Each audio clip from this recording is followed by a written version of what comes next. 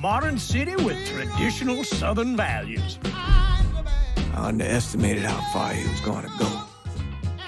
What he was willing to do.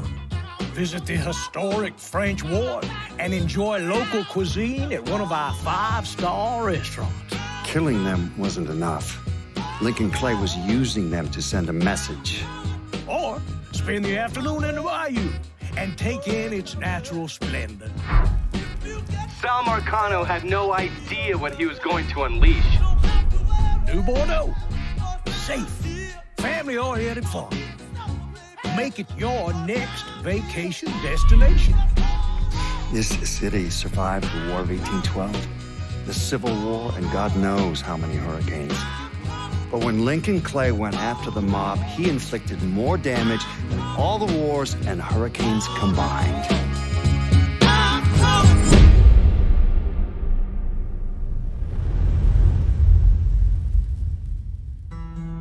Lincoln's mother abandoned him in 1947, a couple of years after he was born. His mother, I heard she was Dominican. I always figured his father was white, maybe even Italian. Not that it mattered. Back then, if you look black, you black. Same as today, I suppose. He stayed at the orphanage until 1958. Now, when did you meet Lincoln Clay? 1966. I was running black ops out of Laos on behalf of the CIA. He was loaned out to me via joint CIA-DOD task force. He was a quiet boy. Good boy. 2 Purple Hearts, a Bronze Star, and the Distinguished Service Cross. He served his country with honor and distinction. After the city closed the orphanage, he fell in with Sammy Robinson. Sammy ran the black mob over in Delray Hollow. I can't say I approve, but orphan colored boys didn't have a lot of options back then. Boys like Lincoln, the ones who've been abandoned, they're always looking for a home. Always looking for a place to belong. I think he thought he'd find it in the army. Thing is, once that's lost, you can never get it back again. When he returned from the war, Lincoln ended back up over at Sammy's. Now Sammy owed the Italian mob a whole lot of money, and he needed Lincoln's help. It's a damn shame what happened.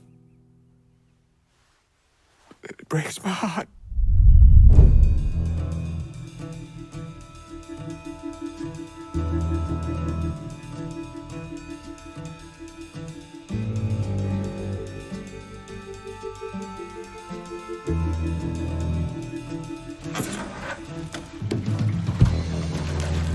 Still say this is the craziest goddamn thing I ever heard.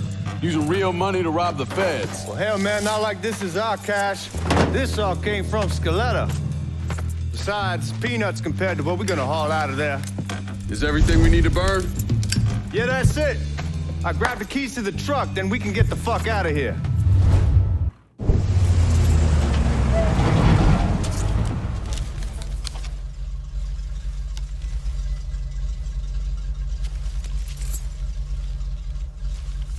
Back it up to the loading dock.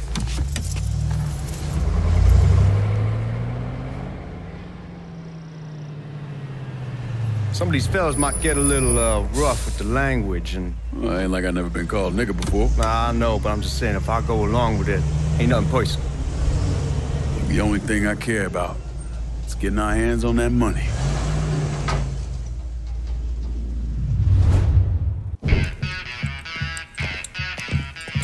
Oh, I hope this combination Scaletta got us is legit.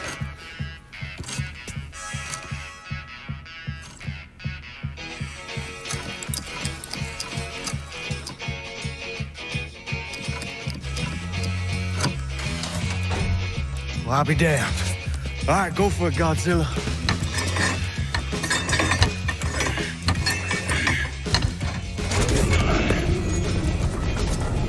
Holy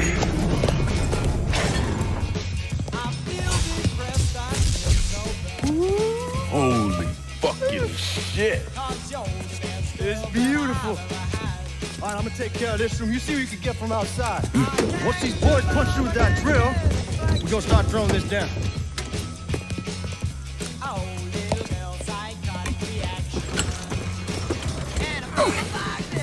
God damn it! You triggered the fucking alarm? Shit, I didn't notice this cage was on a different system. All right, we're gonna hold off the guards until Danny's done drilling. Hey, we're gonna pull this off.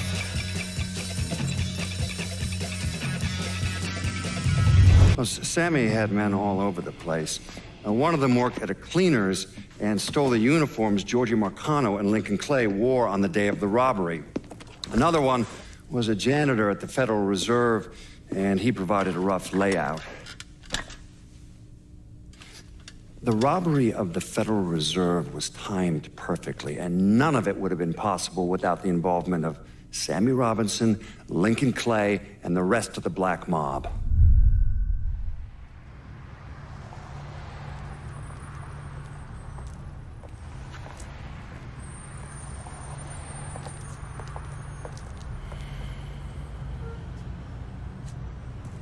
You just come from Vietnam?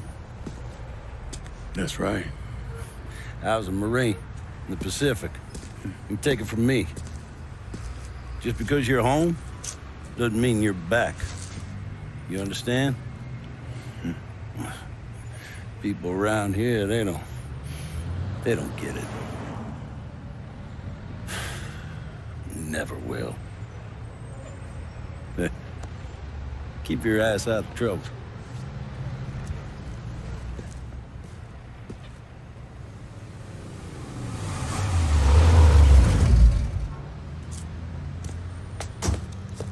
Sorry I'm late. Got caught up crossing the bridge. Don't worry about it. Excuse me, sir. I'm looking for my stepbrother, Lincoln Clay. You seen him? He used to get ticked off if you were even a minute late. Kiss my ass. There he is. How was the trip? Being as how this is the first time in 4 years and somebody telling me where to go, what to do, or how to do it, it was fucking great. What's new with the old man? Man, don't even get me started on Pops.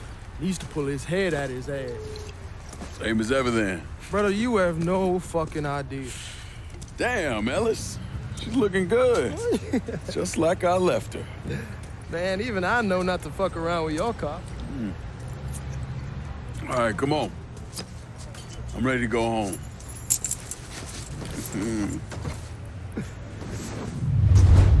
Look who I found panhandling out in front of the train station. Pleasure, man. Welcome back, baby. Boy, I sent you to bring Lincoln Clay home. Not the big nigga who ate him. Well, shit, old man. I finally went somewhere they knew how to cook. Welcome home, son. How are you? I'll be better once I get some of that shine in me. I always did love corn whiskey. I would like to make a toast. My father used to say that the real worth of a man came from the mark he left on the world. When Lincoln first told me he was joining the military, I was against it. Too dangerous, I say. Let those people fight their own war, I say. But then I realized Lincoln needed to go out and make his mark. And that's precisely what he did. I'm so proud of you. Paul Lincoln! Bienvenue à la maison! Paul Lincoln! Bienvenue à la maison!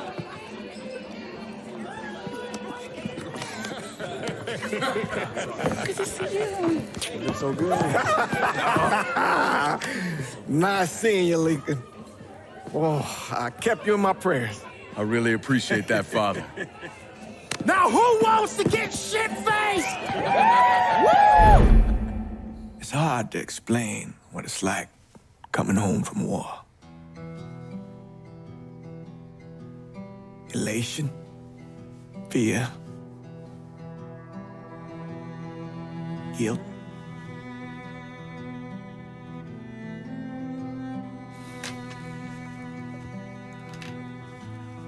Imagine being trapped in a dark room and there's no way out. And every fear, every nightmare you ever had is in that room with you. And there's no escape from any of it. And then one day, a door opens and you're free to go. Just like that. The thing is, you made your peace with your terror and your fear of death. And now part of you is afraid to leave it behind. But what choice do you have? Every soldier has to walk through that door, one way or another.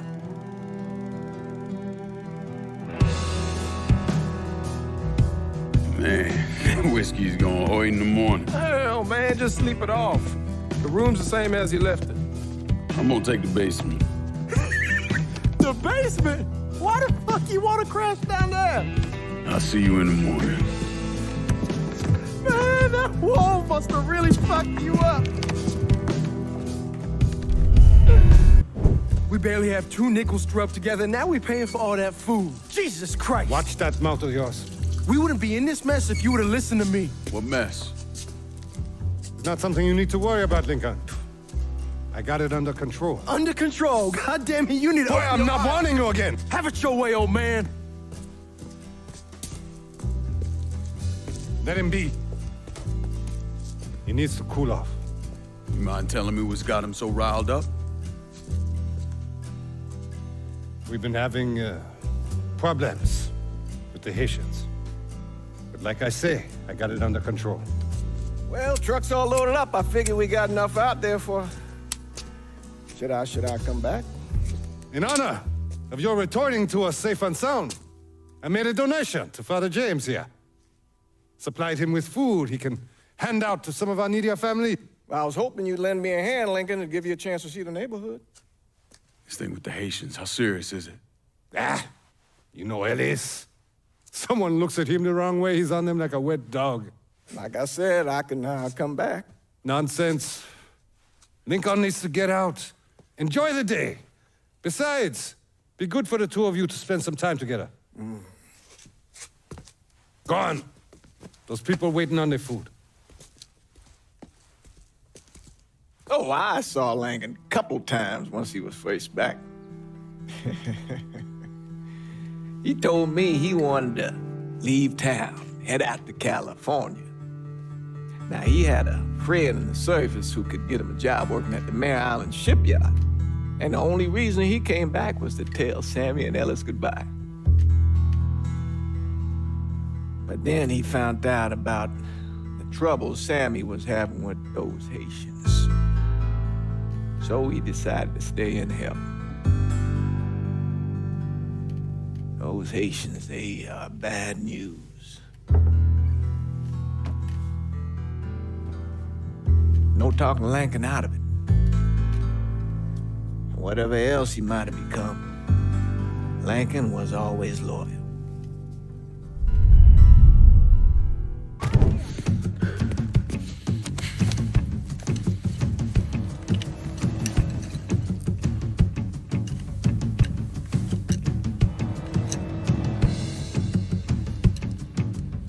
Francois Papadoc Duvalier was elected president of Haiti in 1957. By 1959, he had created a secret police called Tonton Macoute, and people started to flee. Most of them settled in the southern United States. Now, mixed in with the good, hard-working people were hardened criminals.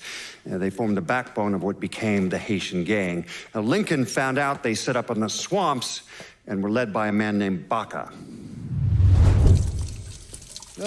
You and Father James done already? We got jumped by the Haitians.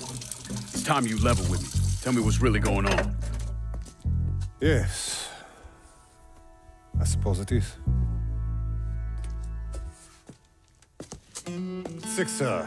7 months ago, Folks in the Hollow started getting robbed.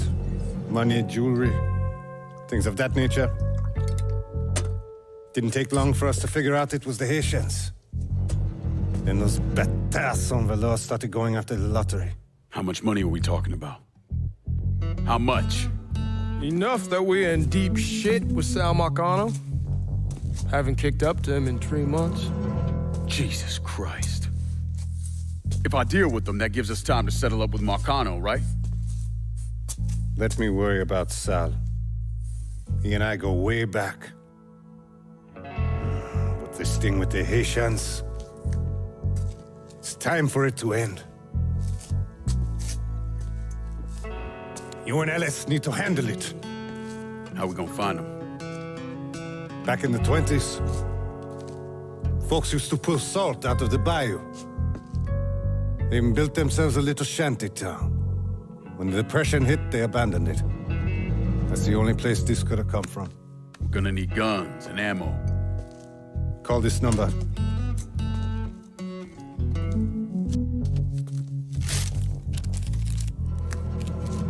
But do it away from here. No sense tipping anybody off.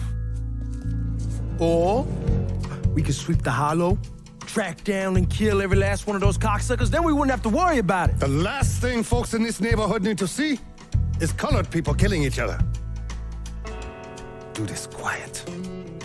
Away from here. Once we eliminate whoever's running the show, the rest of them will go down on their own. Trust me. All right, soldier boy. I'll follow your lead. Be careful here. Those Haitians are a hard people. Do not ever underestimate them.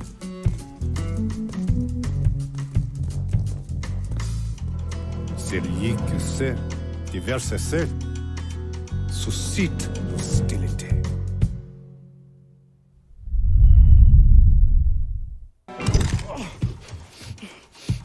Fuck you! Fuck you! You made a big mistake going after the Hollow. Toi ici! Coward! Toi! Attention to white man! The man you're talking about took me in when I had nowhere else to go. You are no better than you!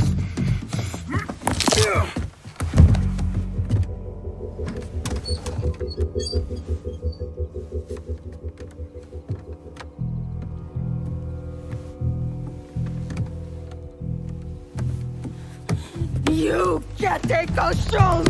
You fucking pig! Damn you to hell! Take it easy! Take it easy! Take it easy! He kept me in there, locked in there, day and night. Beat me, use me. I can't, you motherfucker! You and your entire goddamn family! He's dead! He's dead! He can't hurt you anymore. It's over. Over? Over! This is never going to be over. Pajam!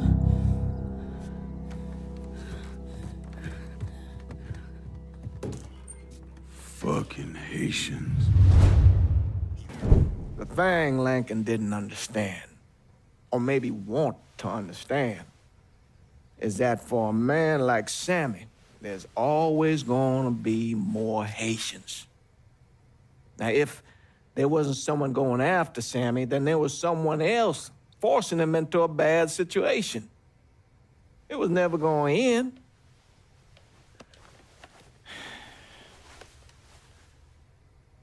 That's how Lincoln ended up working for Sal Marcano.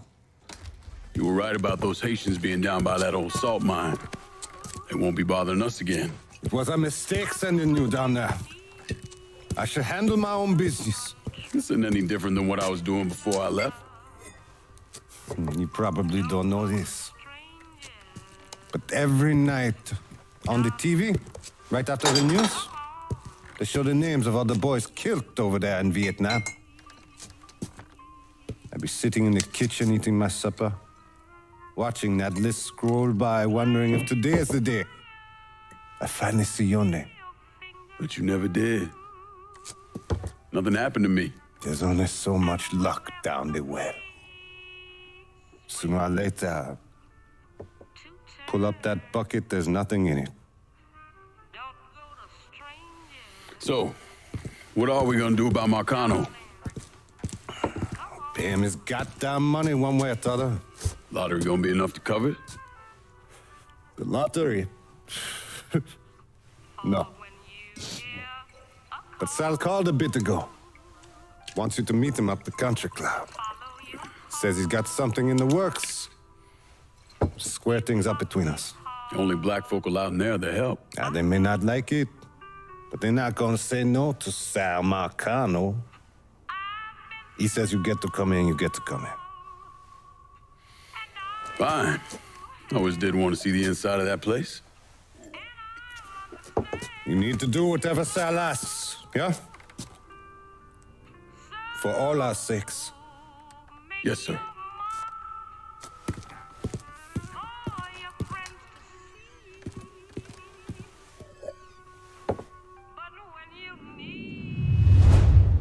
Oh! Lincoln Clay! Christ, man, get a look at you. I bet those fucking gooks shit themselves when they saw you coming. Been a long time, Georgie. Oh, no shit, it's been a long time. I think the last time I saw you was that night over in the French ward, right before you shipped out. Damn if that wasn't a gas. Oh, I seem to remember me and Ellis running from the cops. And Danny ending up in the drunk tank. Hell, man, I bailed him out. Besides, just worth it to knock the hell out of them cracker assholes. Smoke? Sure. Oh, man. Sammy said Mr. Marcano wanted to see me. Mr. Marcano? Shit. Make him sound like a goddamn lawyer. You just call him Sal. Come on, he's in the back.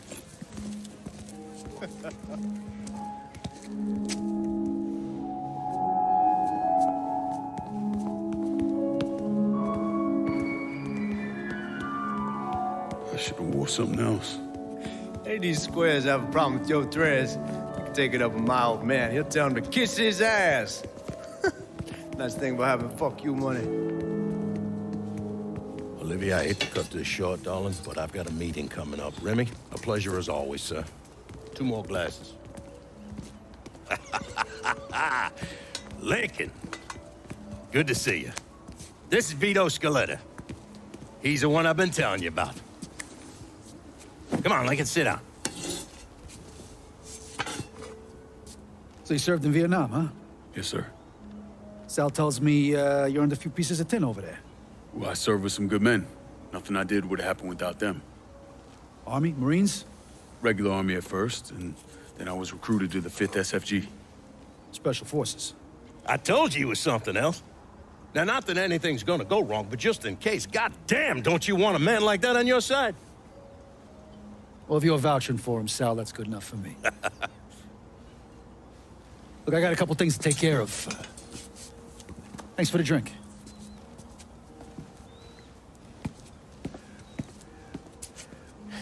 Christ, that guy's an asshole. Fucking carpetbagger. Commission sent him down here from Empire Bay about 15 years back. He's been a pain in my goddamn ass ever since. Well, I guess you're wondering what this is all about. Yeah, Sammy didn't tell me too much. Twice a year, the feds take old money out of circulation and destroy it. Over the course of the next few days, that money's gonna be delivered here to the reserve in town. And you're gonna hit one of those shipments? No, sir.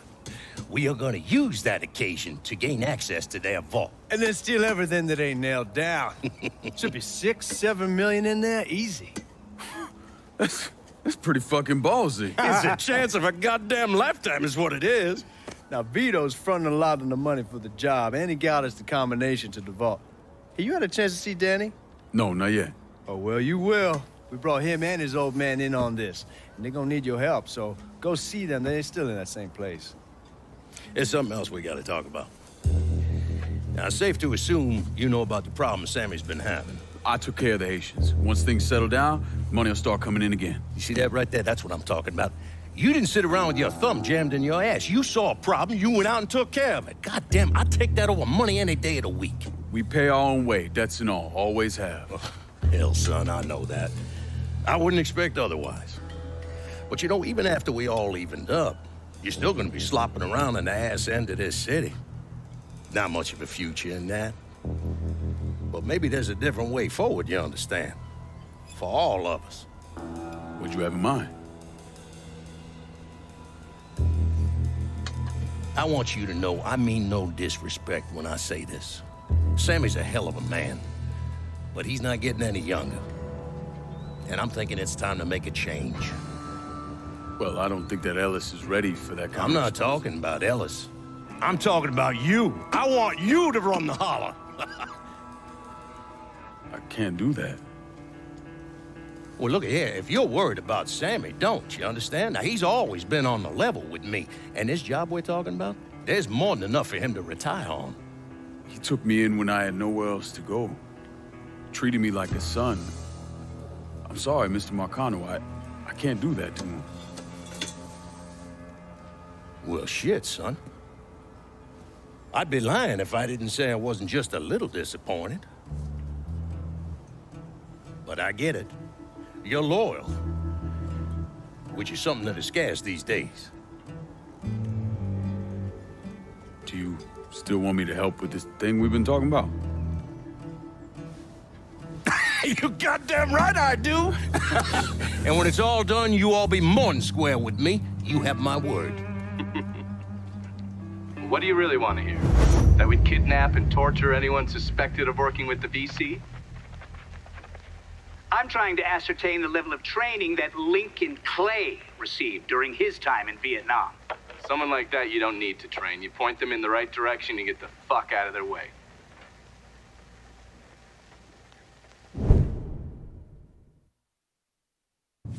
No one really knows why Sal Marcano turned on Thomas Burke, but he took Point Verdun from him and gave it to an enforcer named Roman the Butcher Barbieri, who promptly busted up one of Burke's legs. Now, Danny Burke was part of the heist crew. I mean, he was a gearhead, had never done anything like this before, but Thomas Burke insisted. He figured if the heist was a success, Sal would forgive him and return Point Verdun.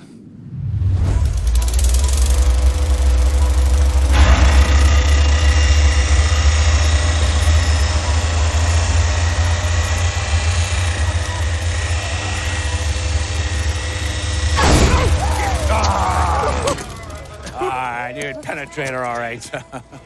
Hey! No, I heard there ain't nothing sweeter than Vietnamese pussy. You tell me it's true. Casanova Clay. Shit, man, it's so fucking good to see you. You too, Danny. How's Nikki? God, she wanted to be here, but I ain't remember how old it is. Oh, God damn! You piece of shit! Yeah, unfortunately. Come on, let's grab a beer. Wait for the old man to chill out, and then we can get down to it. Yeah. What's up, man? Yeah, I already got it all set up and organized. All the girls gonna be there and everything, except we just gotta go in my cars, because we can't roll up in that beat-up piece of shit outside. Oh, you didn't just call my all-American machine a beater. I'm just saying, there better rides out there. Hey, bullshit there are. This car's a beast. I dropped the custom 358 in before we shipped out. That ain't the only thing you dropped in her. Maybe you should tell me about how you'd borrow it from Ellis and take the ladies for a ride. Hell, man, leave me out of this. Did you fucking my car? Nah, ain't no big deal. I was always wrapped up tight. Besides, I already got one fucking bastard in my life. I don't need another one. All right, you know what? You're gonna clean it. Not just the back seat, every square inch. I don't need to be riding around sitting in your shit. Hey, and you, funny man, you gonna fucking help. Like hell I am. Shit, I didn't get any. Yeah, what else is new? Jesus Christ, you fucking jokers got about as much chance of pulling this off as I do at winning a goddamn decathlon. All right, Doc, we hear you.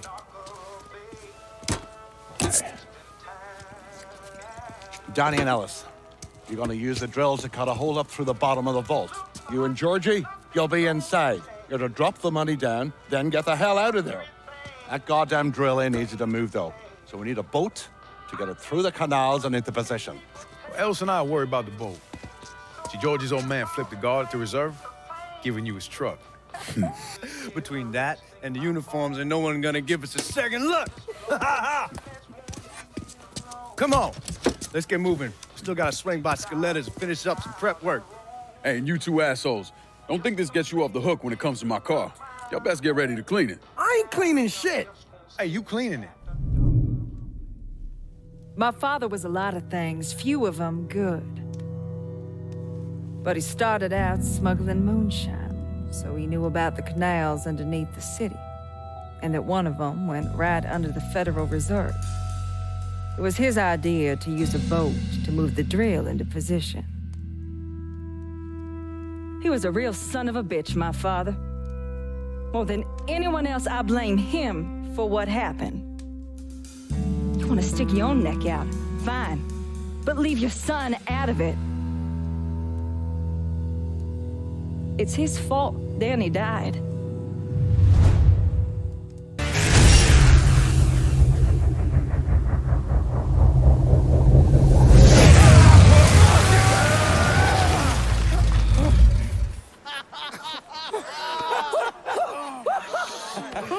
Everybody all right? That was the craziest fucking thing I've ever saw. I'm glad we're breathing and all, but what the hell we gonna do now? Only option is to head up. Are you kidding me? There'll be cops all over the place. Well, with any luck, they'll be too busy dealing with Mardi Gras. Notice us. Let's go. Well, damn it, this ain't a gas.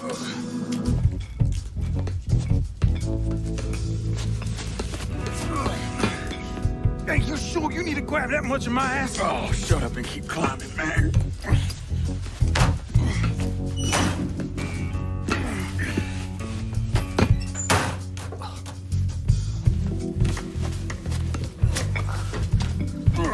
Okay, give me a hand. All right.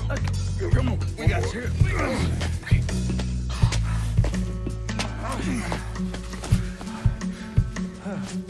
All right, once we get out there, I hit a payphone. Call us in a ride. Can you walk? Yeah, somebody give me a hand. I can get around. It's probably just gonna be easier to carry his sorry ass. Hold up. Come here. Hey, don't put me the fuck down! If anybody asks, we say he's drunk. Y'all pick up that money. Let's go. Oh, God damn it. Oh, shit. What the fuck are we gonna do? Ellis. Fucking pigs everywhere. Ellis, chill out. Everything's gonna be fine. All right, you guys take Danny and the money. Get to the car. I'll deal with the cops. I'll warn them off you. Hey, no fucking way, man. It's all right. He ain't going alone. We all got a friend in Jesus. Amen. All right, let's go.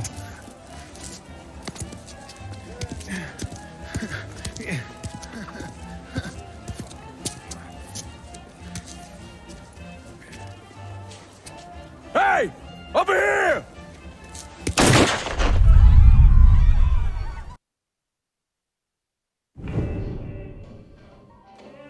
Well, how much is it? A little over $2 million per split. Holy mother God. Once everything's settled up, I'm calling the man I know, having him bring over 3 hookers. Boy, ain't no hooker ever stepping foot in this house. You sure? 'Cause 2 of them are for you. I'm gonna be fucking in my new drifter. I'd appreciate that. You know, my entire life, there's always been someone standing over me, telling me where I could go, what I could do, who I could be seen with. This. What you boys did tonight. This changes everything. This isn't just money. It's freedom. Real freedom. Ain't no one standing over me again. Over any of us, huh? Vouloir c'est pouvoir, hein? Vouloir c'est pouvoir. Well. Man himself. There it is. Oh, and look at what I dug up. You mind pouring one more of those? Holy shit. It'll be my pleasure. Judgy told me shit went sideways during the robbery. Lincoln had to save your ass. You should be damn proud of that, boy. I am, Sal. More than you'll ever know. Jesus Christ, that is some down-home hooch right there, isn't it? All right. Listen, I got a guy outside. You don't mind if he comes in and packs up my cut? Not at all. Look at that. Let's see if you can handle this down-home hooch. Why don't you give me some of that? Trying to get some corn whiskey, make you a man. They all the same. Hey, take the one on the end. It's your cut, plus what I owe you. Even put in a little extra for your trouble. Couldn't have pulled it off without you, Sammy. Y'all done right by me tonight. Mwah. Mwah. Why don't you get us something off the top shelf? We need to celebrate. Yeah. You ain't got to tell me twice. Hey, fill me up. All right. You know something, Lincoln? You're possibly the baddest motherfucker I ever laid my eyes on. You shouldn't have said no.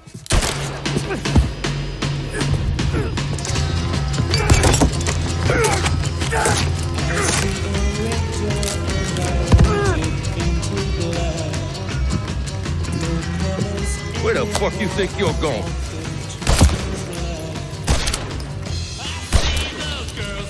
Stupid fucking niggas.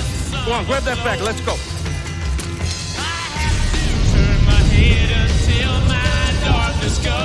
When I got to Sammy's, the whole place was burning.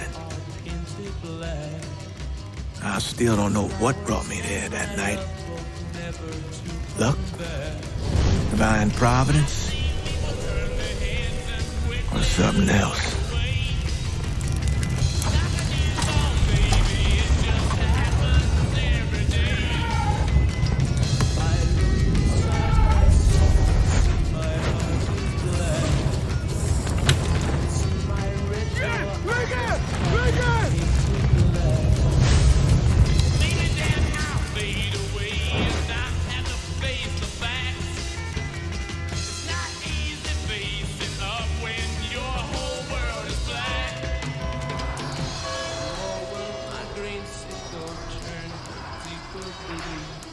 When I was pulling Lincoln out of the fire, he woke up long enough to tell me to call John Donovan.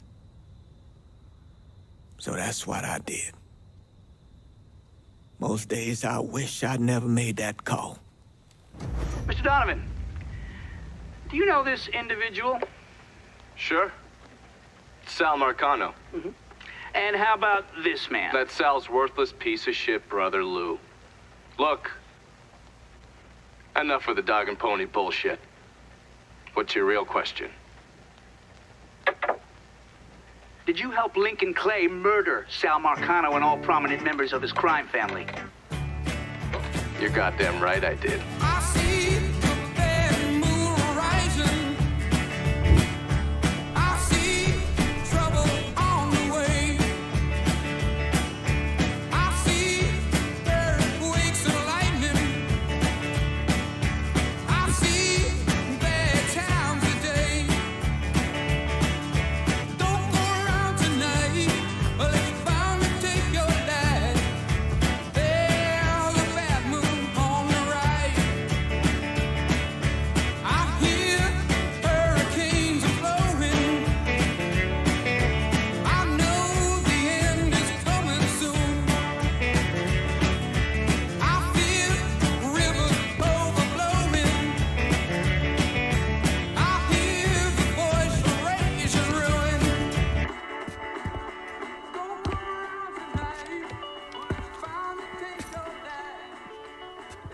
So those the men you gonna kill, huh?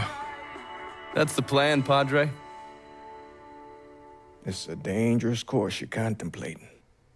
And what do you think we should do? Sal Marcano deserves to die. I won't argue otherwise. Kill him.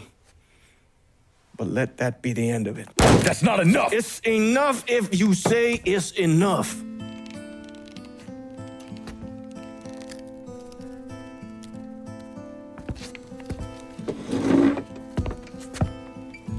I know what Sal did to you, Lincoln.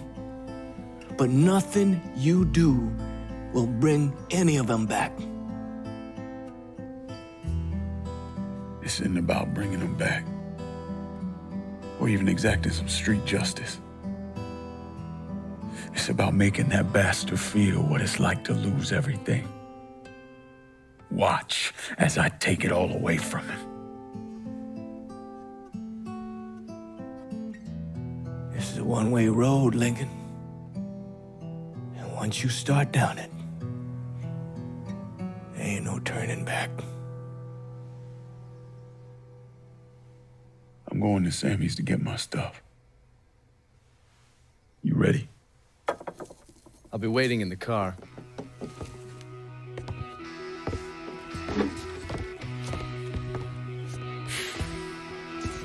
Taught us kids to turn the other cheek, not fight back.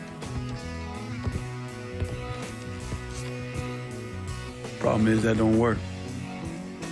Not in the real world.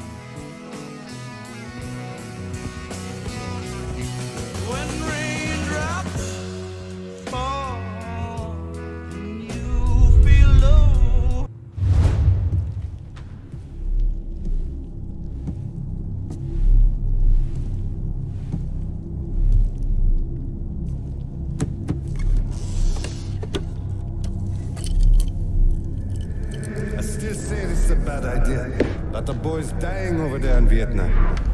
It's something I gotta do. I ever tell you how I got this? Sure, you stole it. That I did. Right at the pocket of this old white man used to come around here raising hell. Take this with you. There's always brought me good luck. I can't do that. I know you think you're alone in this world, Lincoln, but you're not. And you never will be.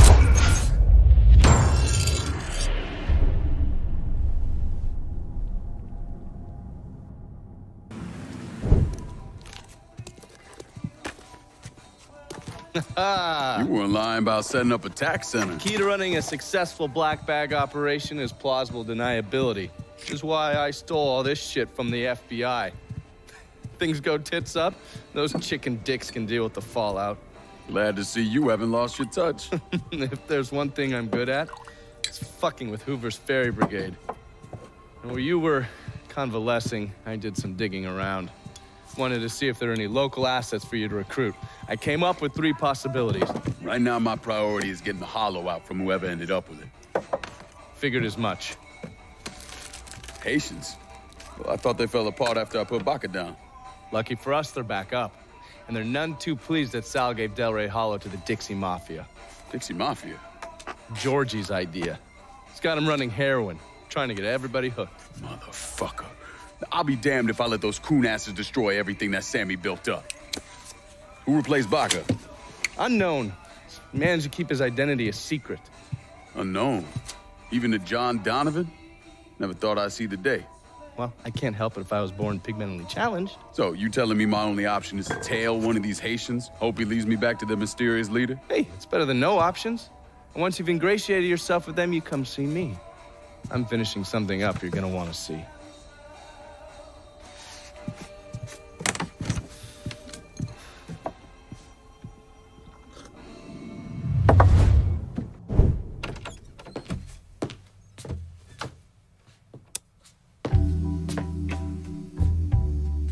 Coffee? Nice trick you pulled back at the Haitian camp. Lieutenant Baca was holding you prisoner. And I yelled you I did. It appears we both full of surprises. Certainly does. What can I do for you, Lincoln Clay? I want you to help me kill Sal Marcano. I see. A few months ago, you was trying to kill me. Now you break in here and expect me to trust you? Now that Marcano's backing the Dixie Mafia, it's only a matter of time till they come for you. And when they do, they'll kill everyone standing in their way. Lest I hitch my horse to your wagon, so to speak. I'll see to it that you get the hollow. After that, depends on how things shake out. Do you know why Sammy and I were at war? On account of you going after the lottery? Please. Just because you don't want to face some uncomfortable truths ain't a reason to act naive. Sammy and I were fighting because the people in the holler deserved better than a two-faced old man who handed out cans of food whenever the mood hit him. Who always did what Sal Marcano told him to do, even if it pitted him against his own people. He did the best he could. And yet his best didn't amount to much, did it? Once I have the holler, I run it as I see fit. No questions asked. Long as you give me access to your muscle, your connections, and a place to hole up from time to time, you can do what you want.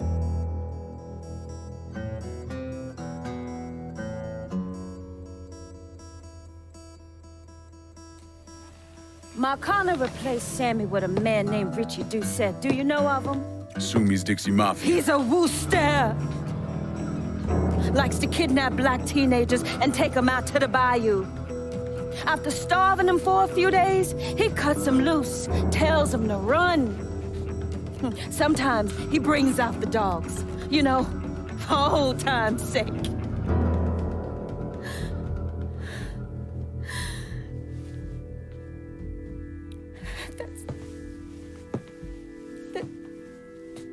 That's how he killed my sister.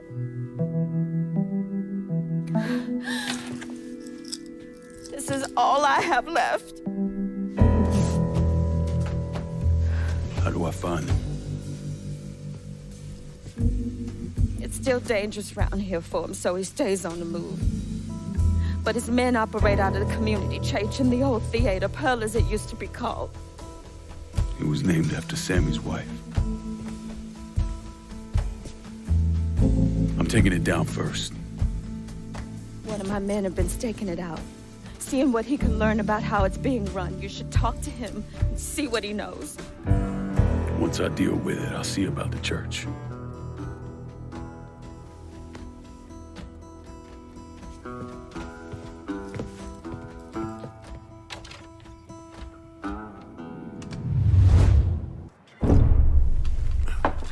In 1966, the FBI recruited me out of college.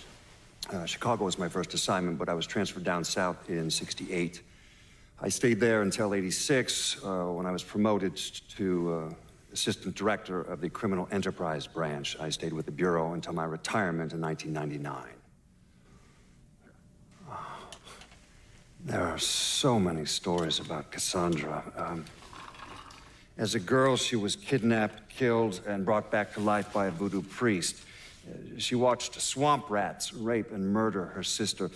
She shot her own father and dumped his body in the swamps. It's impossible to know what's true.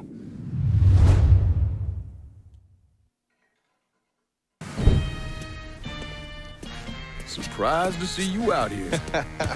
Decided to get some fresh air. That heroin the Dixie Mafia's been selling? It's run out of there by a man named Charlie Kincaid. Meaning all the other dealers around here kick up to him. Charlie stays away if he can help it, so you're gonna have to put the squeeze on him. I flagged a couple of his guys. You get them to talk, they'll tell you how to get to him. Now, from what I hear, Charlie's only in this for the money. He's not a true believer like those other Dixie Mafia assholes. So maybe if I talk sweet to him, he'll decide to bail on Doucette and come work for me. Assuming I can draw him out. I got something I can help you with that. That's what I wanted to show you. New Bourdeaux on a standard communication grid, so getting a system of wiretaps up and running should be fairly easy. Just install this little beauty on a junction box, and I'll be able to construct an intelligence map of the nearby area. How many more of these you got? Just those. The parts are on an agency watch list. But if you manage to dig up more of them, we could wiretap the entire city. All right. God damn it! People think living under these commie motherfuckers is so great they should move their asses over to Moscow. You find more of these, you bring them to me. You are way too sensitive about that shit, man. Oh, fuck those motherfuckers. Fucking traitors. I'll see you when it's time to move against Charlie.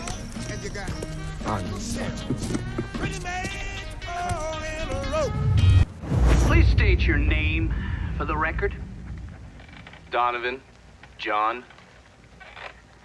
Mr. Donovan, you understand that by appearing before this committee, you have explicitly waived your constitutional rights in regards to counsel and self-incrimination. Sure. And you further acknowledge that by appearing before this committee, you agree to disclose all information pertaining to the events that occurred in New Bourdeaux during the summer and fall of 1968. I wouldn't be sitting here if I didn't. You were an operative in the Central Intelligence Agency from 1953 to 1969, is that correct? That's right. When did you arrive in Vietnam? August of 1961. Please describe for this committee the actions you took during your time in Vietnam. I spent a couple months in Saigon. Then I was transferred to a base in Laos that was operated by the Special Activities Division. We trained and equipped the Hmong and then turned them loose on the NVA. We're running arms and supplies via the Ho Chi Minh Trail. And you worked with Lincoln Clay in what eventually became the Phoenix program. Within a year or so, Lincoln was heading up his own PRU. We'd cross over into Vietnam and locate enemy targets and either kill them or bring them back for interrogation. Just thinking about it, Jesus Christ. You wouldn't believe the shit we did to those cocksuckers.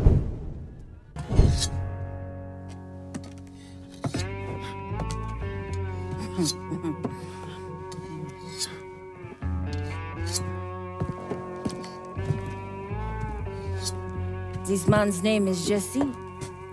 We were just having ourselves a little conversation about Richie Doucet. Listen, I ain't done nothing, you hear? I don't know anything. I was just taking a walking down the street and she just grabbed me is all. You with Dixie Mafia? No. Yes, I mean, shit. I did it for the money, you hear? I ain't got nothing personal against y'all. I don't even carry a gun. Where's Doucet? He's out at the abandoned amusement park to the west of here. Banned Saturdays. What the hell is he doing out there? From what I heard, it's because you've been tearing things up. Georgie's on a goddamn warpath. He wants Richie dead. So Richie, he grabbed what was left of the heroin and took off. Said he was gonna lay low until he could settle things with Georgie. How many men he got with him? Hell, I don't know. All of them.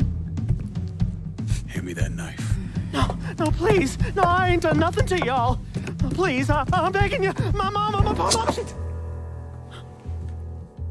Go on, get.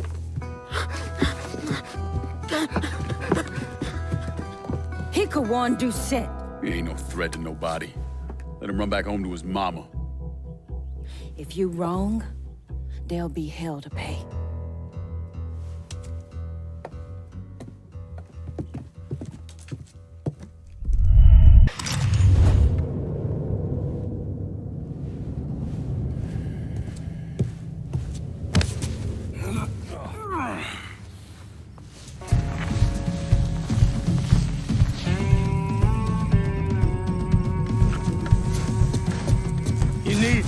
Need to run this through, boy.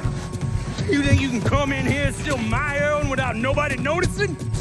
I'm not here to steal your heroin, Richie. I'm here to make you pay for what you did to Sammy and Ellis Robinson. I didn't have nothing to do with that! I watched you stab Ellis in the gut. I couldn't do nothing about it then, but I sure as hell can now. God damn it! None of that was my idea, you hear? It was all Georgie, him and his old man. They wanted y'all gone, not me. What was I supposed to do? Say no? Either that or make sure that I was dead. Oh, no. No, please. Listen. Just decent thing would be to let a man get in a prayer before you kill him. You can pray on the way up.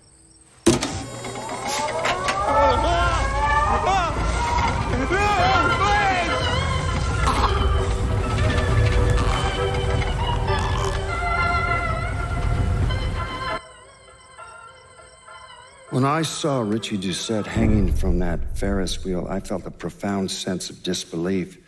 Nothing like this had ever happened before. You mobsters killed each other all the time, but it was generally a small, contained event. Some greaseball is eating spaghetti and meatballs at his favorite restaurant and gets popped in the head. But this was different. Even then, even before I knew who killed him, I knew that Richie had been put on display. Lincoln was trained in psychological warfare by the CIA. He wanted to terrify the mob, wanted them to know he was going to kill every last one of them, and that none of them would be able to stop him. Doucet's dead. The hollow's yours. They say you strung him up on the old Ferris wheel. He killed Ellis. Shit all over the people in this neighborhood. Doucet got what he deserved. The righteous will rejoice when he sees the vengeance. He will bathe his feet in the blood of the wicked. That goes both ways, you know. Thought you said all that was behind us. My men are struggling with the notion that we now have to answer to the same men who killed Baca, who wiped out half our number. If I was them, I'd get over it. We don't have time to go around coddling people. Of course not. But gestures carry weight. And if you were to help my man Emmanuel, that's a gesture that would go a long way in calming nerves. What's he need? He oversees my reefer operation over at the boathouse. Help him, and I'll see to it you get a portion of the profits. Just so we're clear, I'm expecting a cut of everything, not just what comes from selling weed. It's gonna cost a lot of money to take down Marcano. Don't worry. I'll make sure you get your money.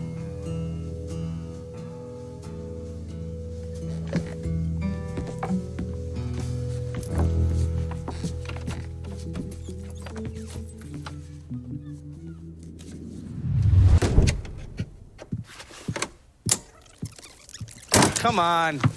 Problems? This goddamn thing keeps jamming up. If you're ready to see the other briefings, we can get started. Show me what else you managed to dig up. You got it.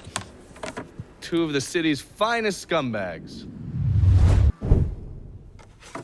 The man himself, Mr. Vito Scaletta. You gotta be shitting me. Last couple months have been pretty tough on old Vito. Sal's always hated him. Thought he was a mole for the commission, but he couldn't do anything about it because Vito's made. After the heist, Sal refused to pay Vito his cut, and then he put the clamps on him. He's been trying to limit Vito's ability to pay what's owed. And if Scaletta can't kick up, the commissioner give Marcano permission to whack him. The only reason that Vito is still above ground is because he has a couple off-the-record businesses. He's been using that money to pay Sal. Gotta give Scaletta credit. Pretty goddamn tenacious. He's lasted a lot longer than I thought he would, but the clock is ticking. A couple weeks ago, Sal sent in his nephew, a kid named Michael Greco, to help Vito run River Row. Greco's been using his guys to limit what Vito can do, where he can go. Once he has Vito completely boxed in, he'll make his move. Scaletta has to know what Greco has planned. I'll pay him a visit. See if I can't leverage this thing with Greco to bring Scaletta around to my way of thinking. I'm sure he'll appreciate your concern. Looks like I got here just in time, Vito. Lincoln. How's this possible? I thought you were dead. Bullet was deflected by my skull. Came out the back. Talk about some goddamn luck. Worst place to shoot a fella's in the forehead. Skull's harder than you think. Come on. We need to have a talk. When I heard about what happened, I went to Marcano, asked for my cut right then and there. Figured if he fucked you and Sammy, I'd be next. Yeah, I'm guessing he didn't go for it. Said he wanted to wait for the heat to die down. Didn't want me running around, buying expensive shit, getting noticed. Like I'm some fucking amateur, never sat on a big score before.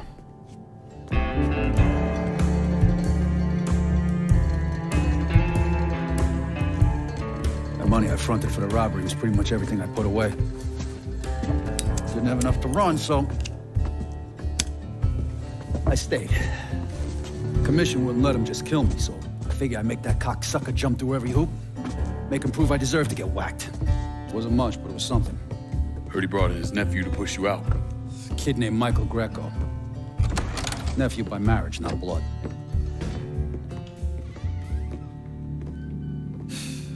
Sure didn't number in here. Yeah. They were looking to see what other rackets I was running. Like I'd leave a fucking paper trail in my office. Nah, don't bother with that shit. Look, appreciate you getting me out of the freezer and all, but, what are you doing here? Marcano deserves to pay for what he did, so I'm going after him. Him, his brothers, his lieutenants, all of them. And I'm gonna need your help. Look, pretty much whittled me down to nothing. I mean, this is it. For now, maybe. Once I take back River Row from Greco, money will start coming in, it'll be a different story. Well, so we're partners now. As long as you do what I say and give me what I want when I want it. So goodbye Marcano, hello Lincoln Clay. It's either that or more of this. And next time I won't be around to fish your ass out the freezer.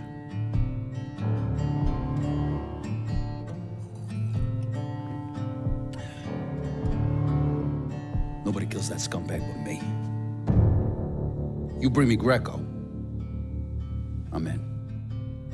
Tell me about his rackets. He took over the dock union and he's got a warehouse. There's a lot of valuable shit in there. You take both of them out, Greco's finished. A couple of my guys been keeping tabs on him. You should talk to them. They'll fill you in. All right.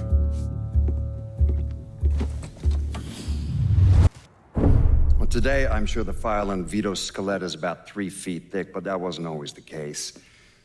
Hoover didn't even acknowledge the Mafia existed until 1957, so we weren't really keeping tabs on guys like Vittorio Scaletta till after that. Now, we know he served in World War II and did a 6-year stint in prison for theft and illegal distribution of federal rations. It's generally believed he was a made member of the Falcone family in Empire Bay, though he's also a suspect in the death of Don Carlo Falcone. Now, if he did kill the Don, Vito must have had friends in high places because he was allowed to live. He was exiled, though, and forced to relocate down here, and the commission convinced Sal Marcano to make Vito a lieutenant and give him some rackets. I was in the 3rd Platoon Company C of the 614 Tank Destroyer Battalion during World War II. I trained as a medic, but I still carried a gun. Every man in our company was black. The Army didn't know what to do with us other than they didn't want us fighting with the white men.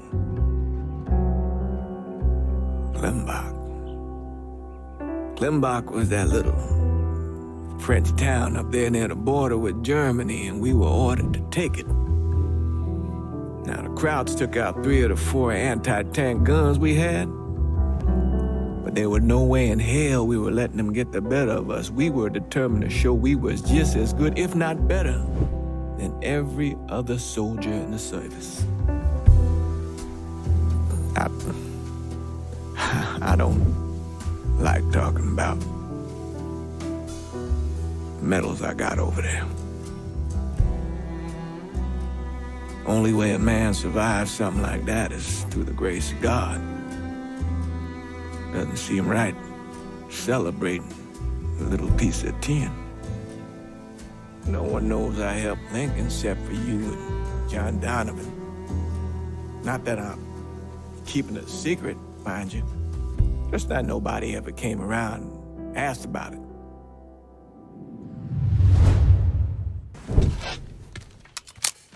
Greco's in that building at the end of the block. A lot of hooas in there. Probably face down in pussy right now. You got any muscle with him? Yeah, a couple of meatheads. I'll go around the front, you take the back. He tries to run, grab his ass. Nobody kills that prick but me. Fuck. Those are Marcano's guys. Cocksucker. Come on, back to the car, you drive, I'll cover us. Fuck, if that little prick gets away.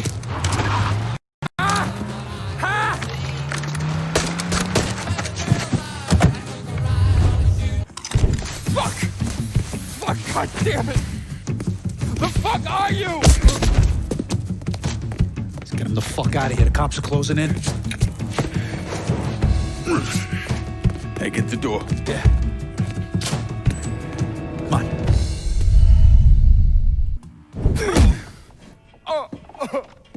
Please! I didn't do nothing! Didn't do nothing? You were getting ready to fucking kill me. I was just doing what Uncle Sal told me to do. Nah, that fuck never liked me, I get it. But this? You never tried anything like this before. I don't... Come on, Mikey, why do you want me gone all of a sudden? He said you were a carpetbagger. Never should have been down here in the first place.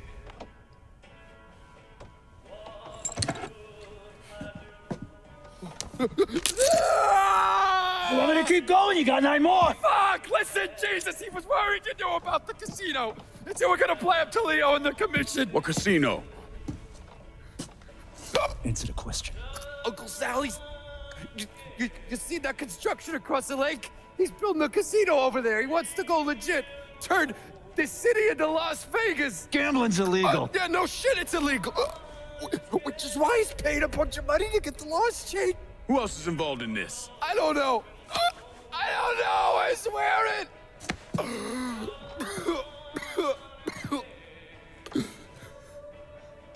Look, I told you what you wanted to know. You're gonna let me go now, right? Yeah, sure.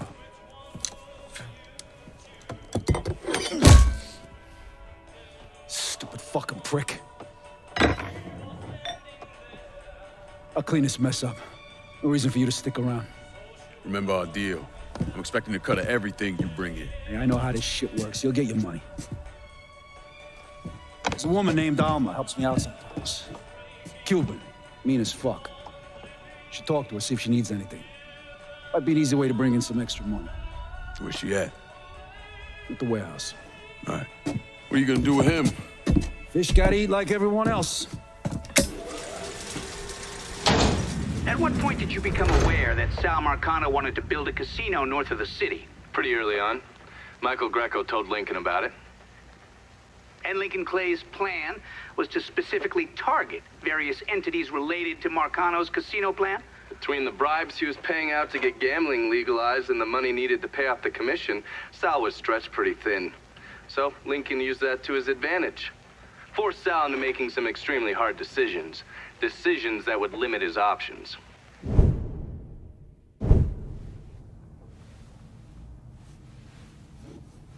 I'm telling you, we make twice as much bread moving heroin as we would from a stupid fucking casino. Maybe 3 times. This ain't about the money. You're joking, right? All I ever heard from you is, don't give me that goddamn excuses, you understand? You pay me what's fucking owed! You think this is a game, son? And it's my fault for playing along with you. For not setting you straight. But it's not a game. This shit wears on you, grinds you down. I ain't had a decent night's sleep in 43 years. And then after Lucho, shit. Well, hey, we got the cocksuckers who did that. Every last one of them. Yeah, and your uncle's still dead, ain't he? Yeah. You think sitting in that chair makes you special, huh? Somehow puts you above all the bullshit. But it's the opposite. All it does is paint a giant goddamn bullseye on your forehead. There's a price to be paid for all this, you understand? And I'm tired of paying it. Mainly, I'm worried I'm gonna get a phone call telling me you're dead in a gutter somewhere. What do you expect me to do, huh? Work the front door? Glad hand folks as they come on in, maybe give them a quick slap on the ass?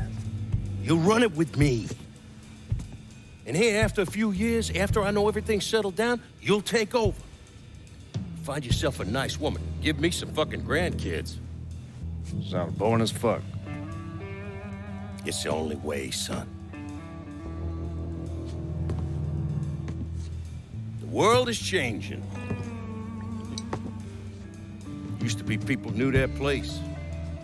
Now everybody's screaming about equality. And now they all deserve a slice of the pie. Niggers, nicks, gooks, you name it. Our way of doing things won't work in a world like that.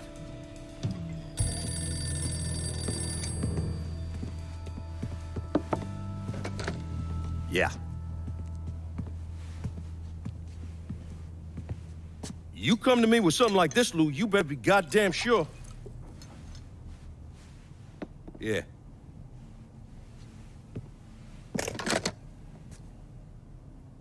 Lincoln Clay is still alive. Fuck me.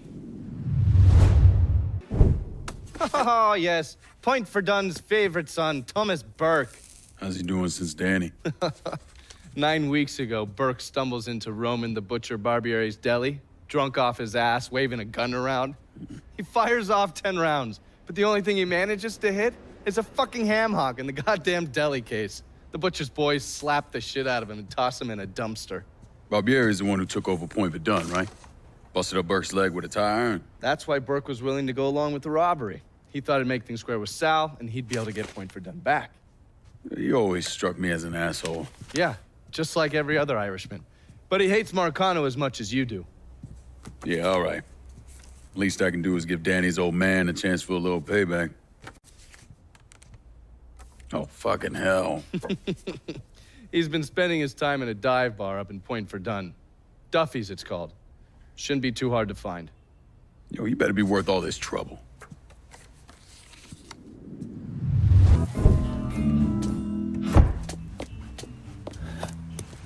Burke. Been a while. Lincoln Clay.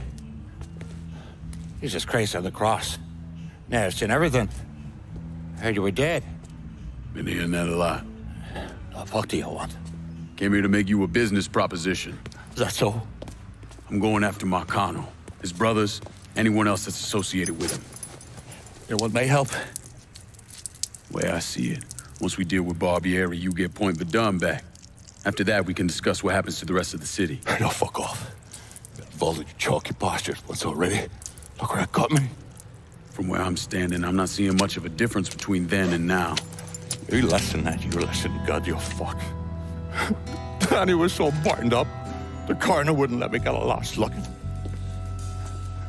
Anyone's killing that fucking Marcano. That's me.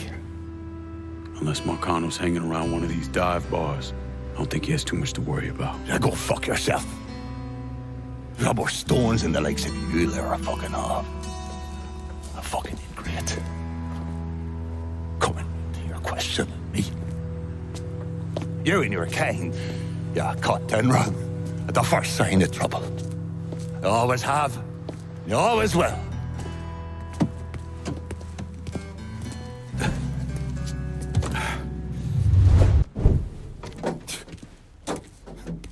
Back so soon, then?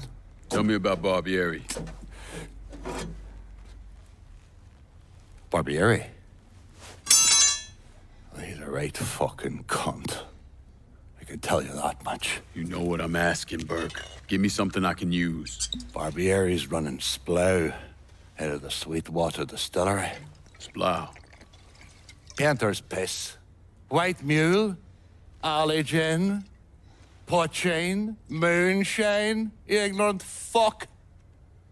Christ, what kind of booze you people drink over there in Darkyville? Kinda's not called painter's piss. Boy, you ain't lived. Set the whole thing up myself.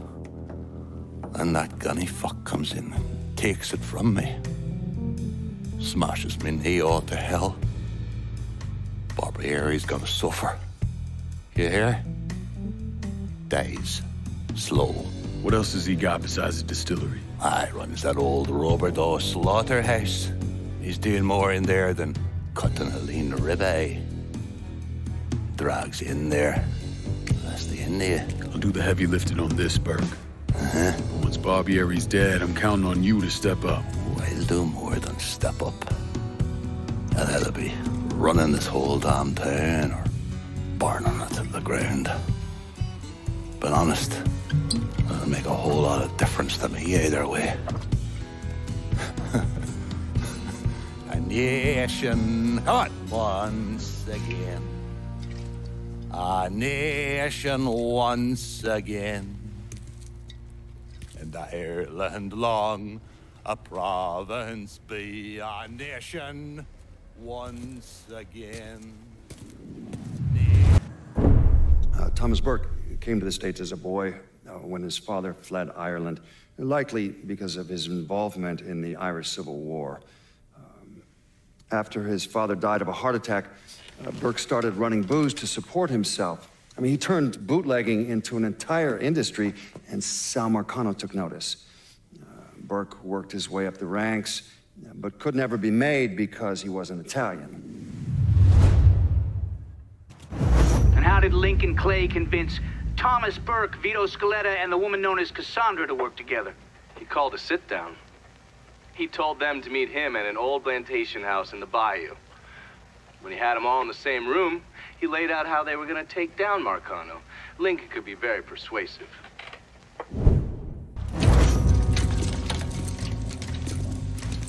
What's this all about? Getting ready for some company. Barbieri should be here any minute now. Barbieri's coming here. So he claims. Never known the man to be a liar. I just got off the phone with him. I told him if he wanted to settle up, he'd be here waiting. For fuck's sake, Burke, you don't ever tell your enemy when and where you're gonna set up the ambush. Christ, you're much too serious about all this. It takes the fun out of it. Besides, that's the worst that could happen. You could get us all killed. Aye, that I could. It's all right. It's just Nicky. Butcher and his boys are right behind me. You sure? If there's one benefit to being your miserable dot, it's I know what a posse of Dago assholes out for blood looks like. I'll call them out with a spotlight on the water tower. We'll loaded up some barrels with a special petrol mixer cooked up. Scatter them across the yard. A bullet will take them out. So don't be close to them when they blow. I'm gonna snipe those guinea fucks from the crane. You should head up to the roof.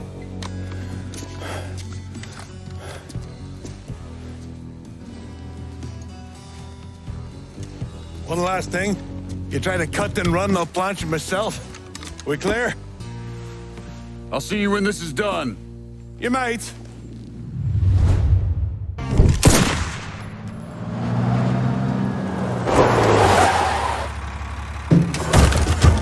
Hey, I don't give two fucks about Burke's little pet Niglet. I want the Mick alive.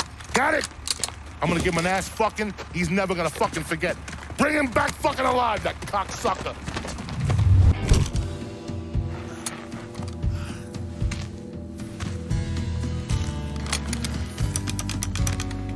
Should have saved a bullet or two. The nigger and the Mick working together. Fuck me. I never thought I'd live to see the day. What can I say?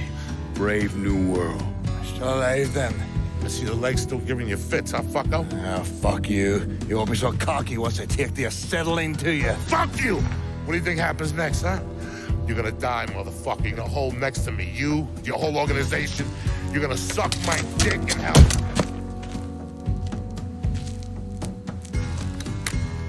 You all right? Grab his legs. Time to get him into the garage. Fat cunt. We were never able to reconstruct precisely what happened to Barbieri, primarily because his body wasn't found until the mid-1980s. The Army Corps of Engineers was dredging the bottom of the Mississippi River, and his remains were found in the trunk of an old car. Both legs were broken so many times there was barely any bone left. I'll not leave thee, thy lone one, to pine on the stem.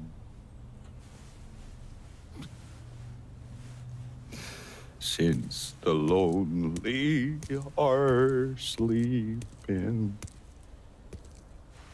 go sleep thou with him.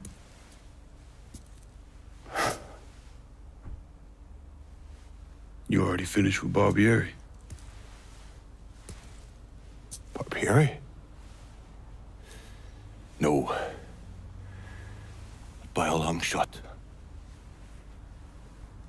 Already told you.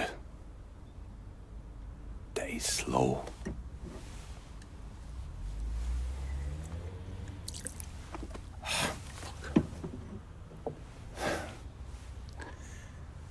As for you, show up like Lazarus himself. Name thinking of myself. This jockey bastard is either one of the luckiest sons of bitches that's ever lived, or the kind of man that invites rotten, damn luck. So goddamn sure it was the latter.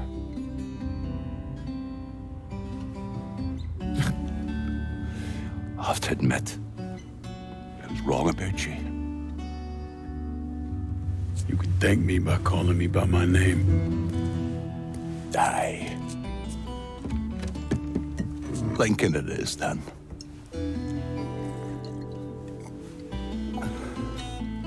It's funny.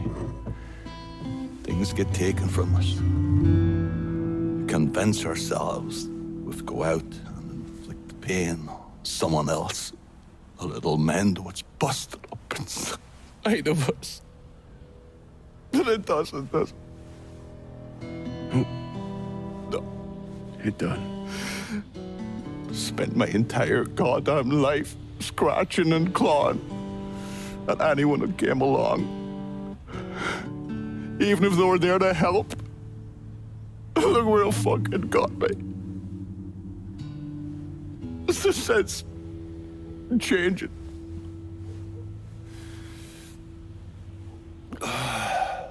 Only way is forward.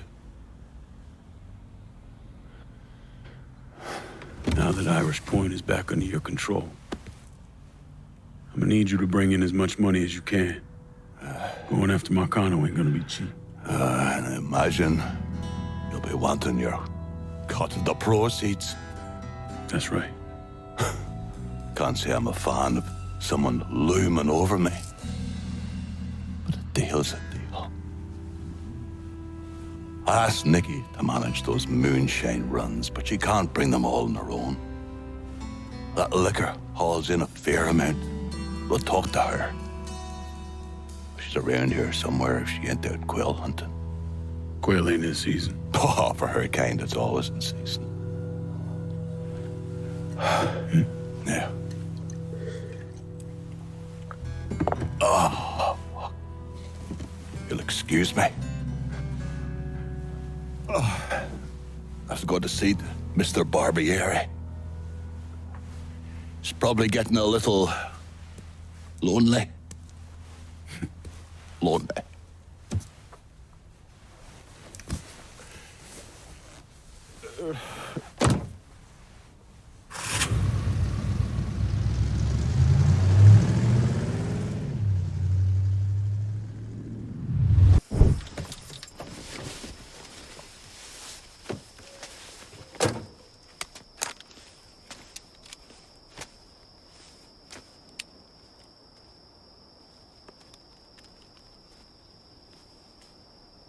You think I forgot what you did?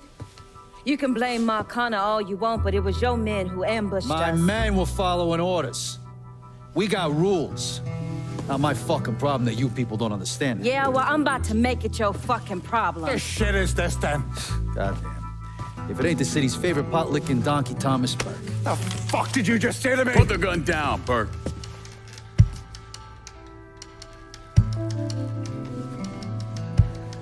It's gonna take all four of us to bring down Marcano, so I don't want any more of this stupid bullshit. Bring down Marcano. These two used to work for Marcano. And this one? Do you know how many of my men this canard killed because Marcano told him to?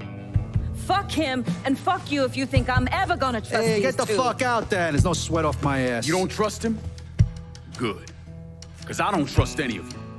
But that doesn't change the fact that I destroyed Barbieri's operations, killed Doucette and those other redneck motherfuckers, and saved Joe ass from Greco's men.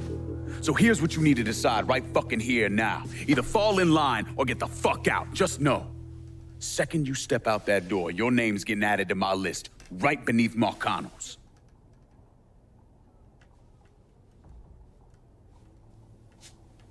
Now, if we're all done acting like goddamn children, let's go over the plan.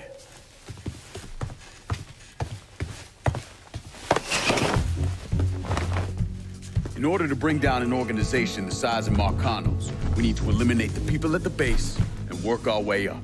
It's the same thing I did in Nine. I know the military filled your noggin with all manner of tactics and schemes, but let's not overthink this shit. Say we go out to his house and shoot him.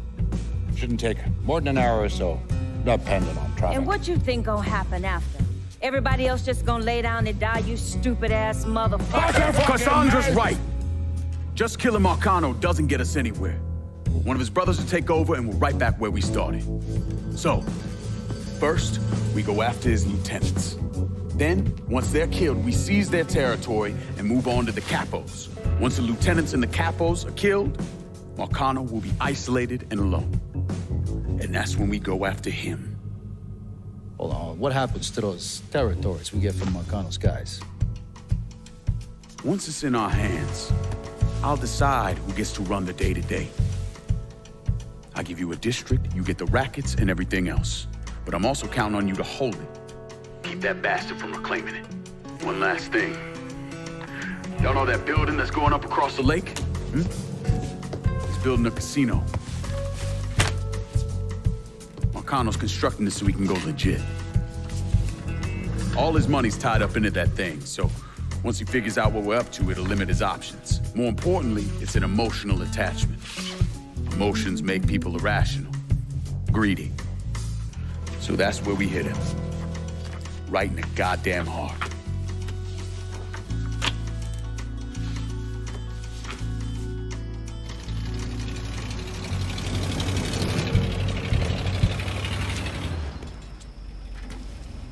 Hey, nice speech. Think they bought it? Okay. They're all too greedy or pissed off of Marcano to back out now. At least until one of them decides to try the crown on for size. Well, if it comes to that, I'll handle it. The photos were a nice start and all, but I'm gonna need some actionable intel on those lieutenants. A place of business, where I can find them, you name it. The dossiers are nearly complete. I'll be ready to move when you are. I was also able to recruit some concerned citizens who are more than happy to share what they know about Sal's coalition of WAP assholes. Information on how to contact them will be included with the other intel. Appreciate it. Sure you don't need a ride? Oh, I do my own driving. And the systematic killing of Marcano's capos and lieutenants, that was part of the plan. Well, you're playing fucking patty cake, Christ. Look, you want to bring somebody down, you destroy the foundation they're standing on. It's the same basic op we ran over Nam.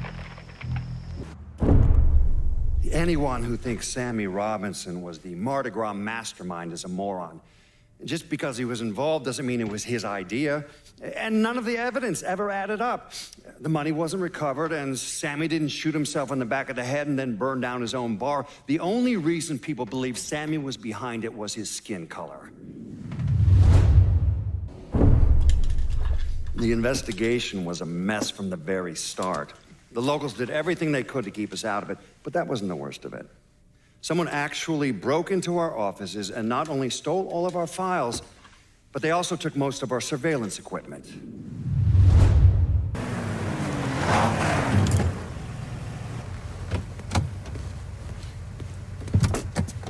I don't know how you people live down here. It's hot, it's humid. Most of the time it smells like that goddamn river. Smells all right to me. You know what it is. It stinks of mud. Wet, rotten mud. It's been buried down deep for way too fucking long. The Mekong Delta had that same goddamn stench. Hated it then, hate it now. So, what'd you find out? Frank Pagani runs Tikfa Harbor. Reports up to Tommy Marcano, and he has a ship called the Tanager, which he uses to smuggle shit in and out of the city. For the past 8 months, he's been making regular trips to Bermuda. What's in Bermuda? Not a goddamn thing. He's really been going to Cuba. Marcano used to run the mob casinos down in Havana. My assumption is that Frank has been taking whatever is salvageable from the old casinos and bringing it back up here. That's a lot of effort to reuse some old tables and slot machines. There's got to be something else going on. Yeah, unfortunately, we can't walk up to Frank and ask him. He's in Havana now, and he isn't scheduled to be back anytime soon. We gotta force him to change his travel plans. Frank's businesses are centered around stolen cars and freight. Look for places that'll support that kind of activity. Once you start taking them down, he'll come home. All right. I'll put a tap on the Coast Guard and let you know when the Tanager contacts them.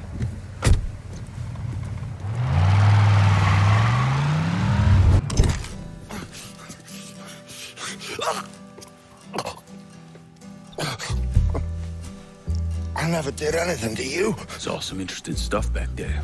Counterfeit money, a press. Only thing I can't figure out is a connection to Cuba. Please. I'm all busted up inside. I need a doctor. I got a wife and 3 little girls. Yeah, you want a doctor? Then you better tell me something worth hearing. Listen, what you saw. Sal set all that up. None of the money was worth a shit, though. Had me bring in a man named Alvarez, counterfeiter who works for Castro. He give you the plates, too? Plates? I thought you knew. On account of robbery. Robbery? Marcano wanted the plates from the Federal Reserve. How do I find Alvarez? How? Well, one of Tommy's guys picked him up. It was 10, 15 minutes before you showed up. Where are they taking him? Where? Huh? My little girls. No.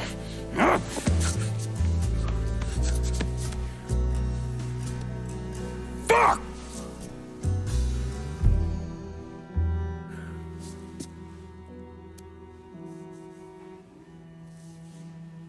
I've spent the last 48 years pursuing Lincoln Clay because he's a criminal. It's horrible what happened to him, but you know something? I think that when Sammy, Ellis, and Danny Burke were killed, it revealed who Lincoln Clay really was. A monster. Look, I gave you some names and I'm paying you to chase them down, so don't give me any of that bullshit. Yeah, okay, just get it done. Christ, sometimes I think you want something done right. You all right? The night Sammy was so happy. Happier than I ever seen him. That money was supposed to get him, get all of us out from under Marcano. Motherfucker! What the hell did Frank tell you? Marcano had us rob the reserve so he could get his hand on a set of money plates. Georgie must have grabbed him during the robbery. I should have been paying attention. We already had this conversation. None of this is your fault. Like hell it isn't. Sal is a cancer. A leech. He had always intended to fuck all of you. Christ, look what he did to Vito. He murdered your family. The only way to make that right is by killing every cocksucker who's ever looked at that piece of shit. Give me some of that bourbon. According to Pagani, Marcano couldn't print the money himself, so he had a Cuban counterfeiter named Alvarez brought in. What do we know about South Downs? Tommy Marcano isn't the kind of guy who shits where he eats, so his rackets are pretty low-key. He runs a sports book and has a place where he stores his contraband. Tommy's got to know that I'm coming after Alvarez, so he's probably got him holed up in or near one of those places. One way or another, I'll get my hands on him. I'll be damned if I let Marcano print a single fucking dollar from one of those plates.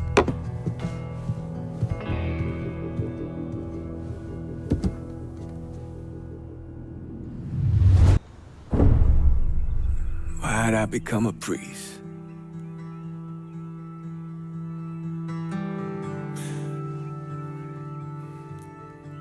Every bad thing you experience, every trauma, they never leave you. Sure, you might forget about them for a while, but when the next one comes along, no matter how slight, it brings everything back. It reminds you of the weight you've been lugging around. I knew I couldn't carry all that on my own.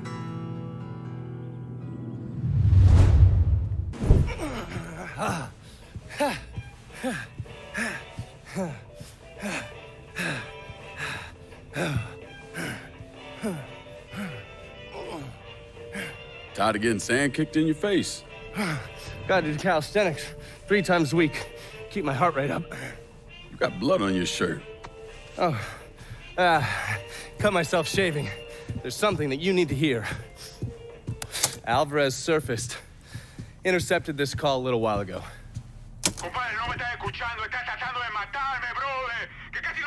I don't understand a word of that. You mind translating?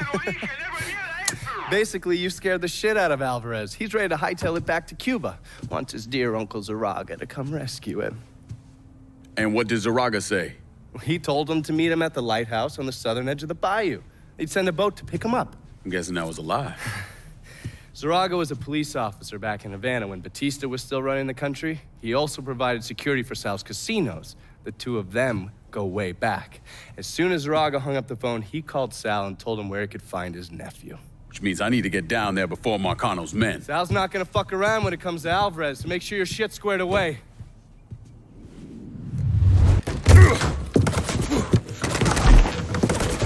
Hold your fire! I'm here to help you! Come mierda! Váyanse todo para la pinga! Jesus Christ. You understand English? See? I killed the men outside. I only want to talk to you, so I'm gonna put my gun down, all right? If you try and fuck me, I kill you! Fair enough.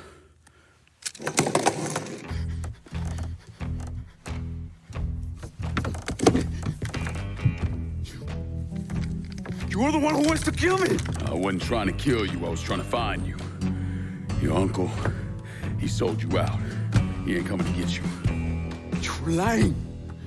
I just spoke to him, he said he was sending a boat. Wait, you think it's a coincidence that as soon as you got here, those greaseballs showed up? Zaraga called Marcano, told him where to find you. I must find a phone. Jesus, man, there's no one for you to call. Marcano is never gonna let you out of this city. He's gonna use you, and when he gets what he wants, he's gonna kill you. The only shot at getting out of this alive is me. What do you want from me? Tell me where Marcano's counterfeit operation is set up and we're square. Everything is, in a boxing ring that Tony Marcano owns, but it's already up and running. Yeah, that's all I need to know. Come on. It's time we got the hell out of here.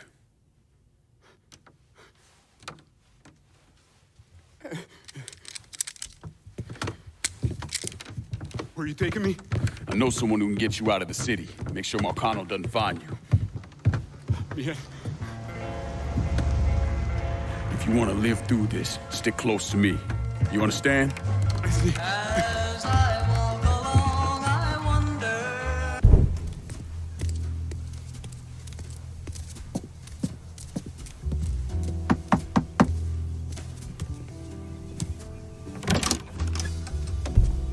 Lincoln, what's going on? I need your help getting this man out of the city. He's in a lot of trouble with Sal Marcano. I don't. Esta es la persona. This who you told me about? Yeah, he's the one. Listen, Father, I'm really counting on you here. I got nowhere else I can take him. Shit, all right. I know a Jesuit in New Mexico. He helps people in situations like... What needs to happen right now?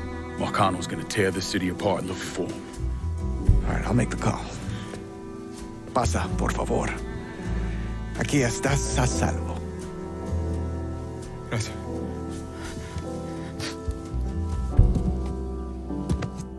I appreciate this.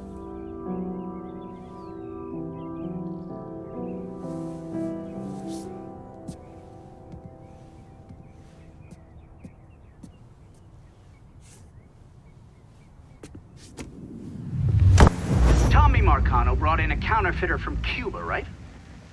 Sal spent a couple of months trying to print the money himself, but none of it was worth a damn. The color was wrong, printing was cockeyed, you name it. He needed someone who knew what the fuck they were doing. So he used his connections and found a man named Alvarez. And this Alvarez was also counterfeiting money for Castro. Most of our enemies counterfeit American money. Hell, some of our allies do too. Sorry, he's gone.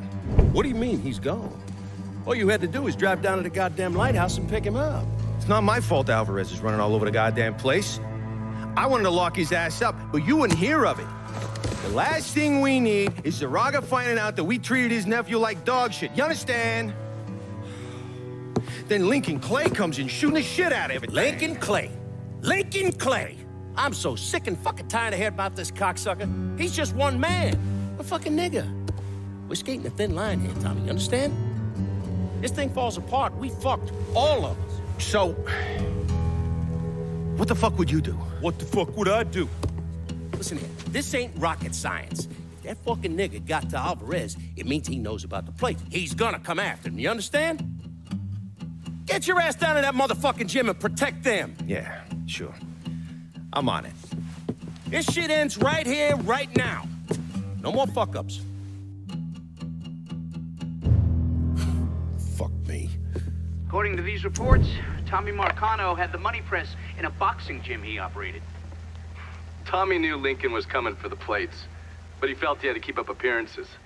The second he started canceling fights and shutting the place down was the second people started thinking he was out of his league.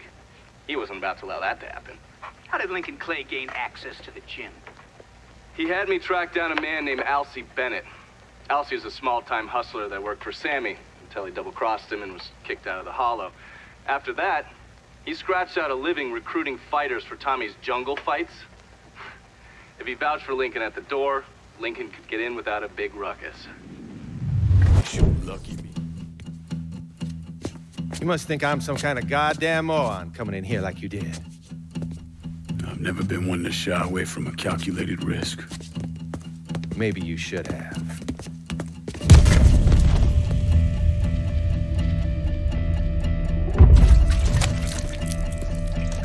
I'll mix some vegetable oil in it. Makes the gasoline thick, sticky. We're just gonna let it soak in a little bit. Work its way into every nook and cranny.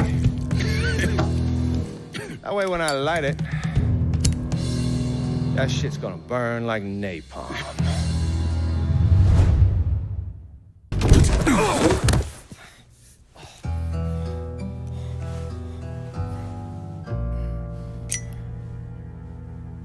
So that's that then. Sure looks that way. You know, Sal wanted me to go to law school. Work for some big company. Maybe run for office. Do something decent with your goddamn life, you understand? Should've listened to him. It's in the blood, you know. Yeah. You are who you are. No point in arguing with yourself about it. Fuck you.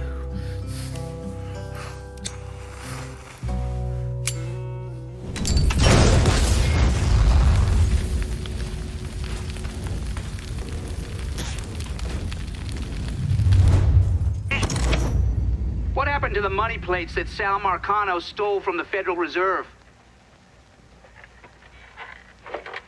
I don't recall. Georgie, get your ass in here.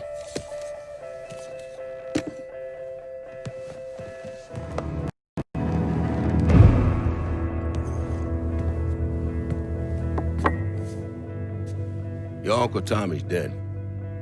I thought you'd like to know. Sorry, Pops. Oh, man, I know what he meant to you. He was a smart kid, your Uncle Tommy. Could have been anything. I tried to tell him, go to college. Even offered to pay for it. Instead, he went to Cuba. It's not your fault. Yeah. Well, we're pretty well fucked now, you understand? I mean, I was counting on that counterfeit money without it. Hell. Well, now there's gotta be something we can do. You go put the squeeze on people. Get to increase what they're kicking up. It ain't gonna be enough.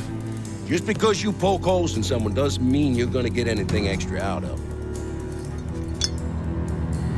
Could always call Leo Galante, ask him to front... Fuck him! The whole reason I'm building this goddamn casino is to get out from under them worthless fucks. Now I bring in the commission, they're gonna want a cut of everything.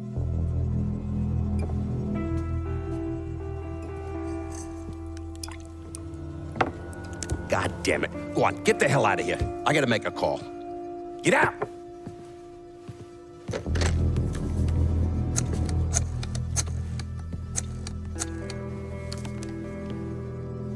Shit. Leo! How the fuck are you? It's Sal. Yeah? Listen, I got something I need to discuss.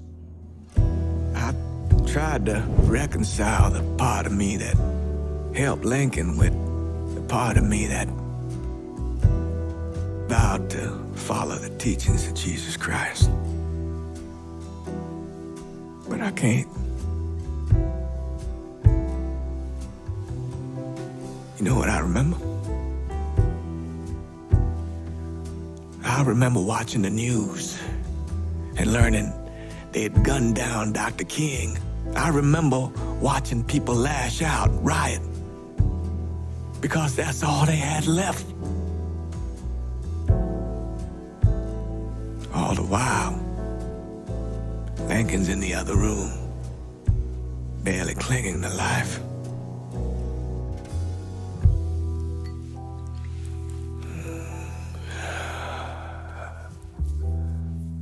Maybe that's why I did what I did.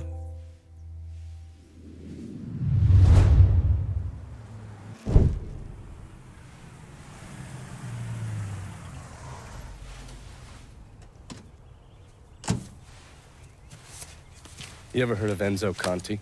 Think Sammy mentioned him a time or two? He's 61, old school mob. Been running Barclay Mills for decades. He started off extorting the railroad and moved on into industrial waste. All the heavy construction equipment and supplies for the casino, steel, concrete molds, that kind of thing, was all brought in via Enzo's trains. All that shit has to be worth millions. Enzo didn't just hand it over to any cat who walked in the door. Marcano's a felon, so he's got to have a partner, someone who's legit. If he does, that person's buried deep. I went through the paperwork. It's a goddamn maze. Which means we need to get Enzo to tell us who it is. According to my sources, Enzo's not a big fan of the casino. Thinks anyone who's not Sal Marcano's gonna end up getting fucked. So I might be able to use that to flip him. Probably have to squeeze him pretty hard, but it's worth a shot. He's still involved in the railroad and has to store all that industrial waste somewhere, so I'd start there. Once I take his district from him, I'll give him a call from the motel, offer him an out. And if that fails, you could always give him a Hanoi hangman.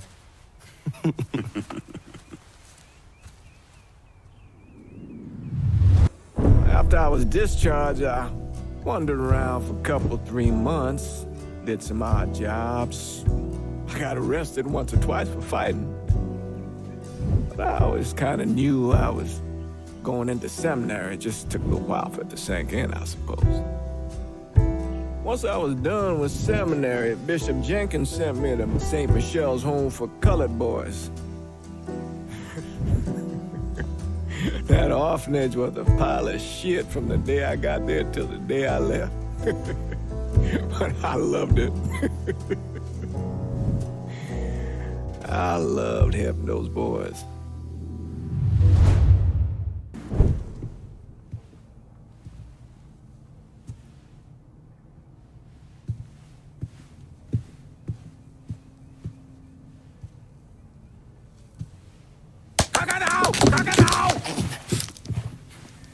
Jesus Christ. I almost shot you in the goddamn face. Now we're even. Fucking asshole. Time to call Enzo. All right. Dial this.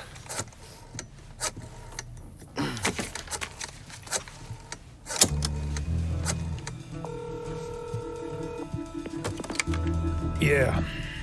Barclay Mills is gone. All of it. Who the fuck is this? Take a guess.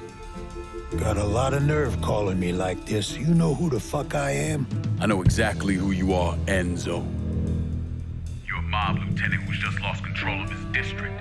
Marcano will probably end up playing you next to Michael Greco. You goddamn coward. You want me dead? Be a man. Do it yourself.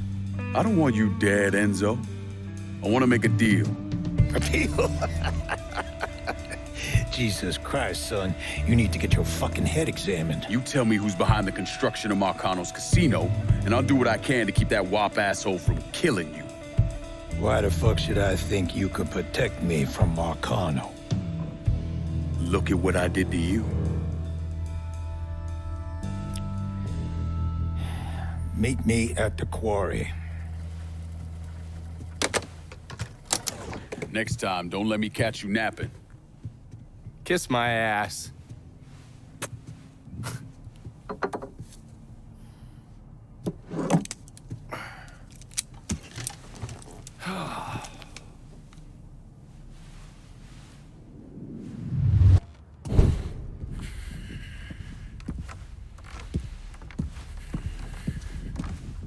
Put the gun away.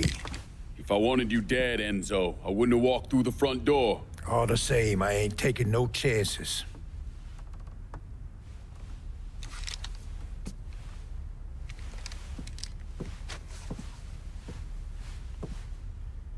Hold on here.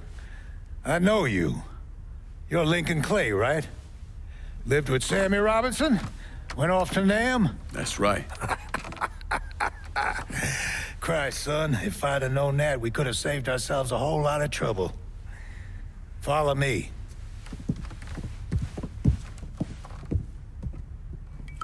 You probably don't know this, but Sammy and I went way back. He was a good man. Didn't deserve what happened to him. Hell, none of y'all did. And this shit with the casino, it's a giant fuck you from Sal to every man who ever worked for him. He wants to go legit and fuck the rest of us in the process. Guess it's well past time I fucked him back. You know Remy Duval? Sure, he's the big shot on the radio. Without him, there's no casino. He owns the land, runs a construction company, you name it. So these are all fronts? Yeah, they're bullshit. Created a big paper trail to protect himself in case everything falls apart. And Marcano doesn't own any of the land? Nah, it all belongs to Duval. He's no idiot. Long as it's in his name, Sal can't touch him. How do I find him? He lives up in Frisco Fields. But from what I hear, Olivia Marcano is keeping close tabs on him, forcing him to stay low. Last thing Sal needs is for his sole legitimate partner to get into trouble. We should get moving. Looks like it's a little late for that. Deal's a deal. Let's go. This is good right here.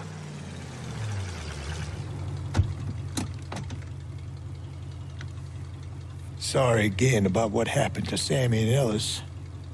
Appreciate it.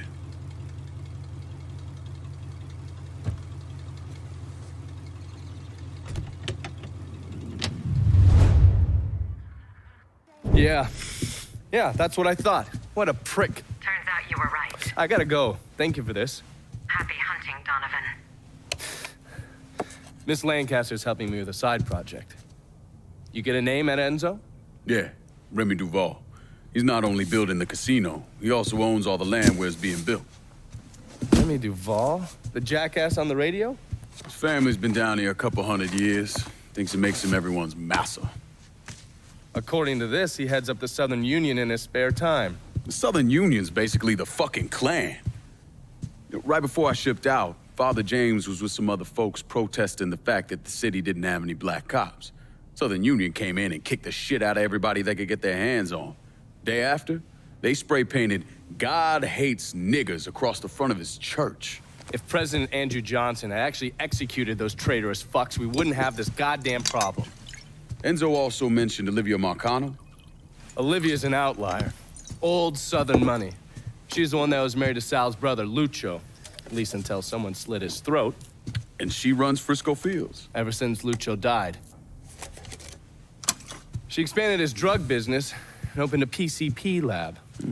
And since a lot of mafiosos live up there, she probably just has a place they can socialize. It's usually in the back of some business. I never knew the mob had women as capos. She's there to keep Duval in line. Only people these entitled pricks listen to were other entitled pricks. So who are you gonna go after first? Duval. Since he owns the land where the casino's being built, killing him will muddy things up. You think hitting Olivia's businesses will help draw him out? I've known racist assholes like him my entire life. Black man like me running around terrorizing white folks. He ain't gonna be able to let that stand. His pride will bring him down. Hey, you know that bourbon's not cheap. Good luck out there.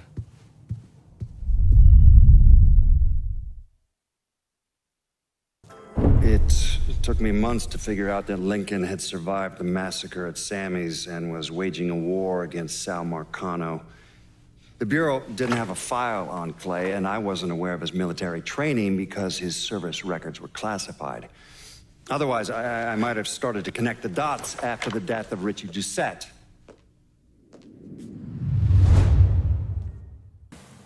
Remy Duval came from one of the most respected and wealthiest families in Louisiana.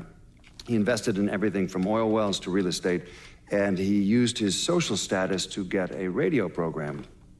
Now, he used his radio show to preach about the collapse of polite society and the superiority of the Southern way of life. His family had been here for a couple of centuries, so his death was a shock. But even more shocking was the revelation that he was associated with the Southern Union, a group of wealthy racists who used their social positions to agitate against blacks. Remy Duval, he was crucified and then burned alive. How do you justify that type of behavior? Remy came from a long line of Southern cocksuckers. Was always quick to trot out that war of northern aggression and the South will rise again bullshit. Here's the thing about Remy. In 1965, he participated in the murder of 4 civil rights workers, one of whom they decapitated. They never found her head, so fuck him, he got what he deserved.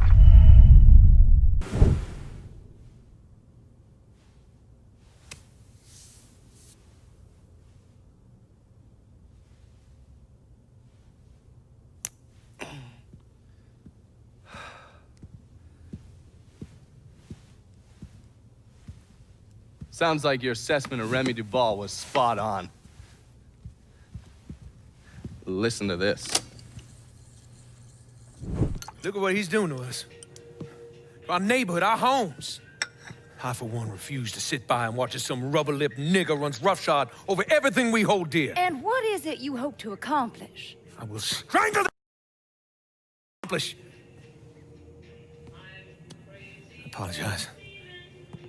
Shouldn't use that kind of language. He is egging you on, Remy. You are much too important to be caught up in all of this. Is the situation unfortunate? Of course it is. But nothing he is doing changes anything. Let Sal's men handle it. Sal's men? Olivia, the people of this neighborhood expect me to protect them, not some greased-up wop assholes. No, I need to respond to this. I need to send a message to those niggers and the guineas that here in Frisco Fields, we take care of our own. This is a mistake, Remy. You could jeopardize everything we have been working toward. Our very way of life is at stake, and you think I give a goddamn about some casino?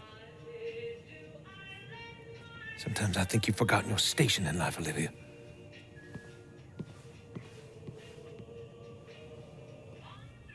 A minute or so later, Olivia called Sal. Told him Remy's Southern Union pals were out looking for you. If you head back up there, I'm sure it won't be long before you run into some of them. Get them to tell you which hole Remy's hiding in. Yeah, once I'm done with that prick, Olivia's next. Getting to someone like her ain't gonna be easy.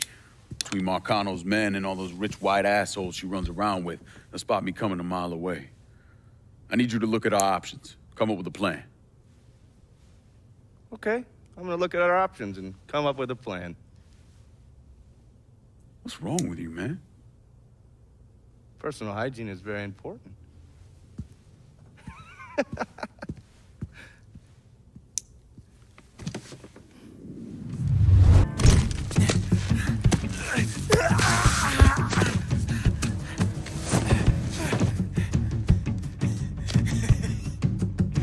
What now, nigga? What now? Have it your way.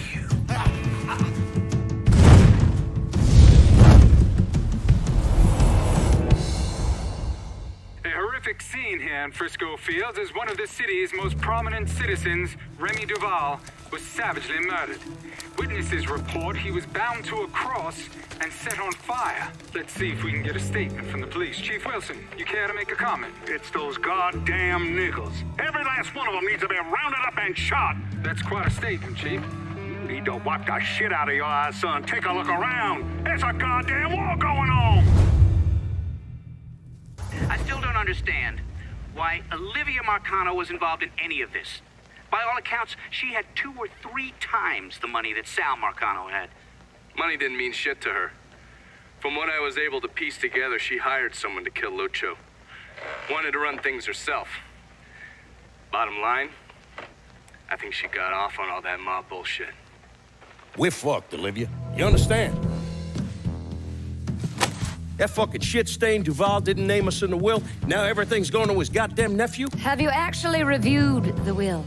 I read the part that said all the land I'm building my casino on is now going to Stephen motherfucking DeGamo. I read that part. 6 months ago, Remy revised the will, but he never executed it. What the hell are you talking about? In order for the will to be valid, it needs to be signed. Well, goddammit, woman, I know that. What does it mean for us? It means I have grounds to contest. Remy and I were business partners in several ventures, and one of my holding companies lists the land as an ancillary asset. Sounds like a lawyer's wet dream. What's something like that gonna run me? I haven't the slightest idea. Nearly every cent I got is tied up in that goddamn casino. I can't afford a big legal fight. There's got to be another way out of this mess. Stephen is coming to town for the funeral. I could arrange a meeting. Offer him a percentage of the casino's profits if he signs over the land. Yeah, that could work. And then once he signs, we take care of him. All right, set it up. But my patience is at its goddamn end. Do you understand, Olivia? I'm tired of this bullshit. Have a little faith, Sal. Mr. Clay entered the country club disguised as a waiter. Everyone in attendance was a rich asshole or part of the Southern Union, so getting Lincoln in there was easy. You put a black man in a uniform and he's damn near invisible. Hell, I drove in through the front gate and dropped him off. No one even gave us a second look. No. Surely, his uniform wasn't enough to get him past Mrs. Marcano's personal security detail. I mixed up a vial of fast-acting LSD. You know, same basic formula that we use as part of MK Ultra. And I gave it to Lincoln. He used a syringe to put a couple of drops into every drink he served. Within a couple of minutes, anyone who drank that concoction was whacked out of their goddamn mind.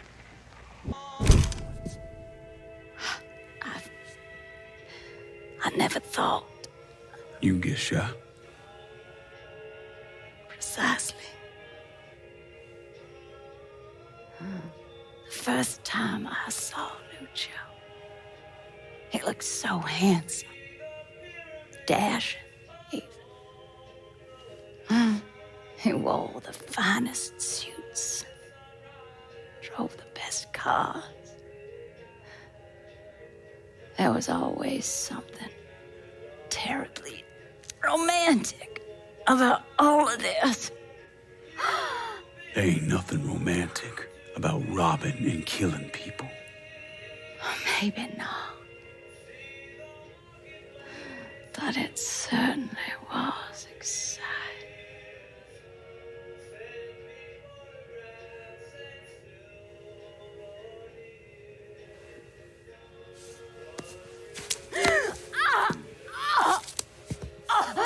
Where's DeGarmo? Come. They have me out in a building, down by the water.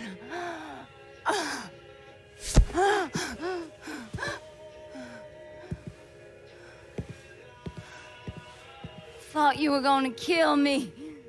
You ain't worth the trouble.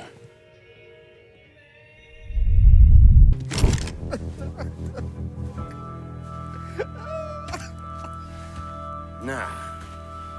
I ain't asking you a second time, boy. Either sign over that land, I swear to Christ, I will bust every fucking bone in your body. You hear me? I'm not signing a damn thing!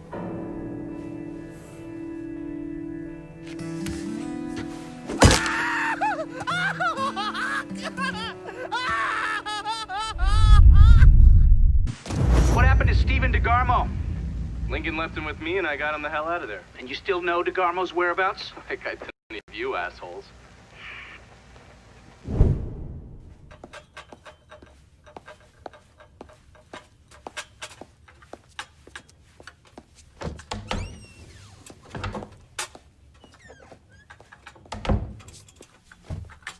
Good morning, Miss Marcano. I'm here with your breakfast.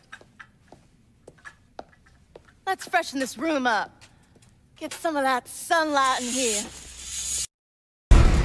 That's better.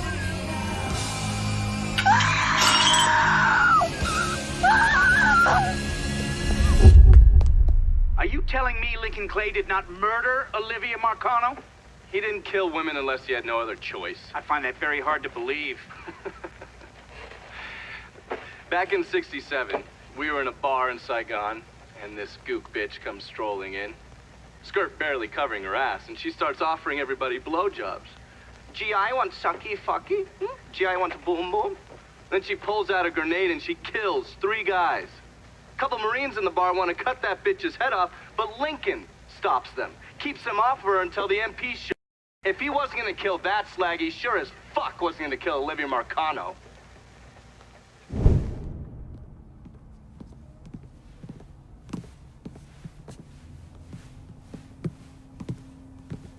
Who'd you send? I did it myself, ear to ear, just like you wanted. Good boy. Leave us alone. I got business to discuss.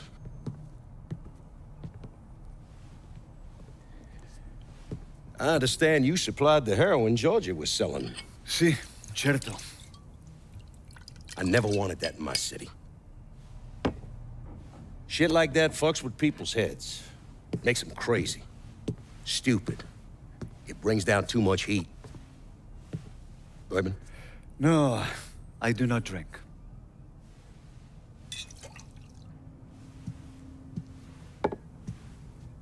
Georgie tell you why I wanted to meet? He said the nigger is causing you problem. That you wish to discuss a deal between the two of us? I'm building a casino across the lake. I had it all set. Now the rights to the land are all tied up. It's a goddamn mess. You want my money. I'm gonna need enough to pay for all the blood-sucking lawyers, and that's not cheap. I want to hear you say it. Say what? That you want my money. Say those words, please. I want your money.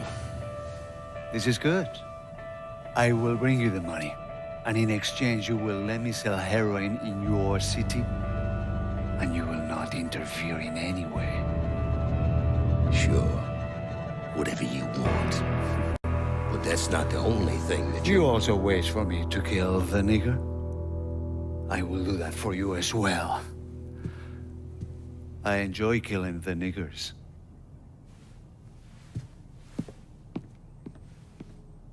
Jesus Christ. That's where Sammy's used to be.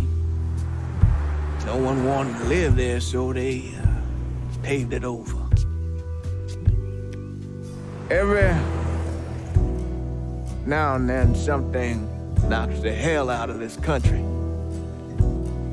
Rattles it so hard, isn't much left but the foundation.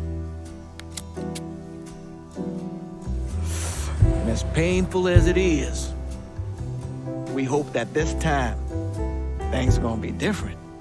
And that when it's time to rebuild, we won't just repeat what we've done in the past. And that maybe justice and peace will finally prevail.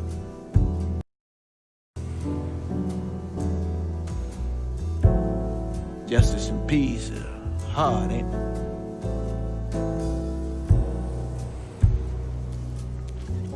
Sometimes too hard.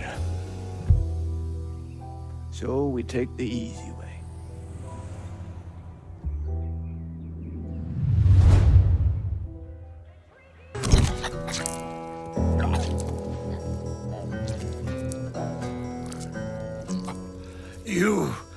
You must be the nigger. My name is Lincoln Clay, motherfucker. Nigger? Lincoln Clay? These things mean the same thing.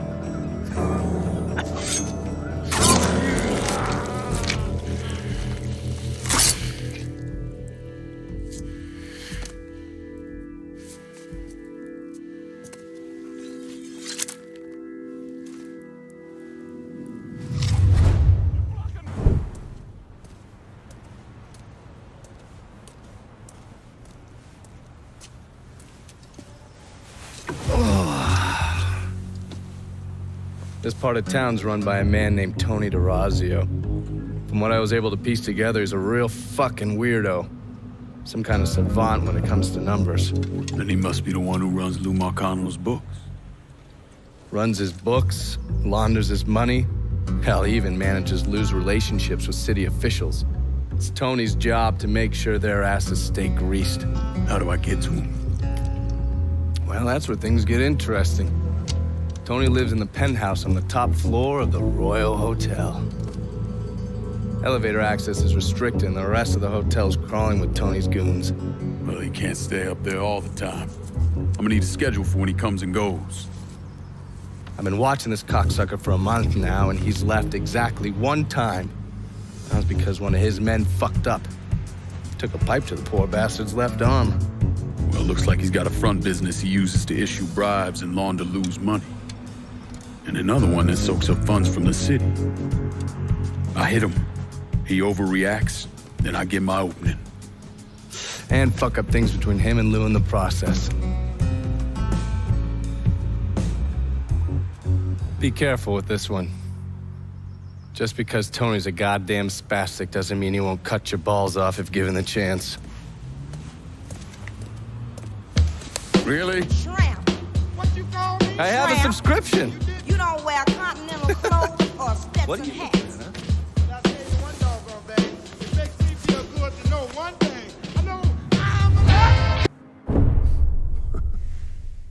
I'm of two minds when it comes to Lincoln's legacy. On the one hand, he was a brutal criminal who killed God knows how many people, a new breed of mobster, a prototype for criminals to come.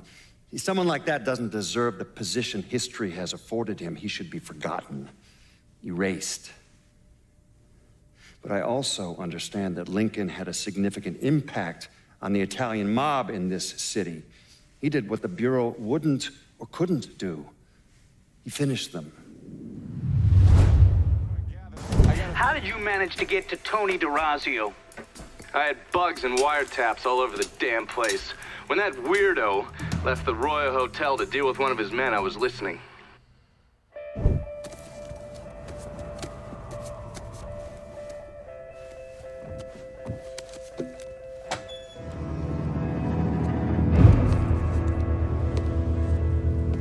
Tony, I didn't know you was coming. I'm just packing away your latest shipment. How long you been running this business, Joe? I know 5, 6 years. 5 years, 3 months, and 18 days. Well, this is turned. Look, I know I've been lied, but it ain't my fault. I've always placed a premium on maintaining order. If you let the rot set in, eventually it will take hold and destroy everything you've built. The only solution is to isolate it, eradicate it before it takes hold. You understand, Joe? Christ, Tony, you gotta listen to me. Some nuts out there shooting the hell out of everything. You know how many of my men he killed? Yes.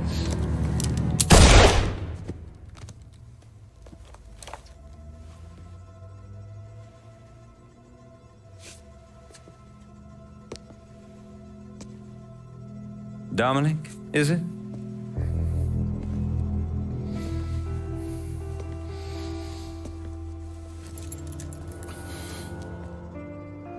You will take the armored car and personally oversee the collection of all outstanding monies owed to us. Am I clear on this? Yes, Mr. Razio. Once you have collected what is due, deliver it directly to me at the hotel. The code to the elevator is 0451.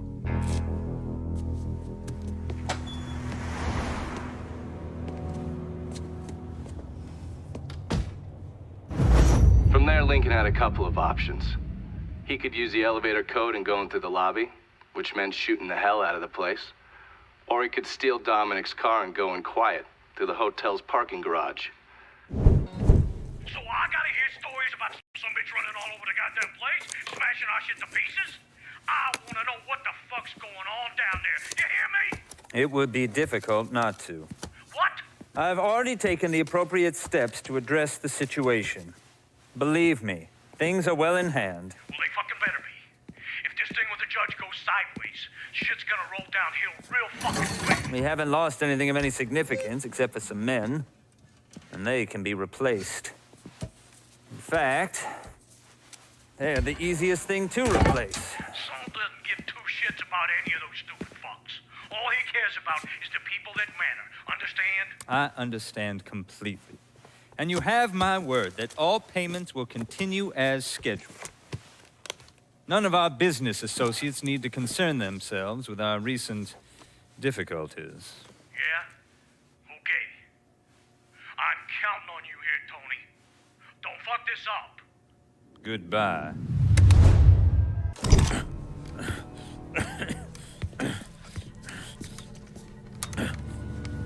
You really think you know how all this is gonna play out, don't you? Idiot! Go ahead. Kill me. I'll be replaced tomorrow. No one will even notice. You're wrong. Everyone will notice.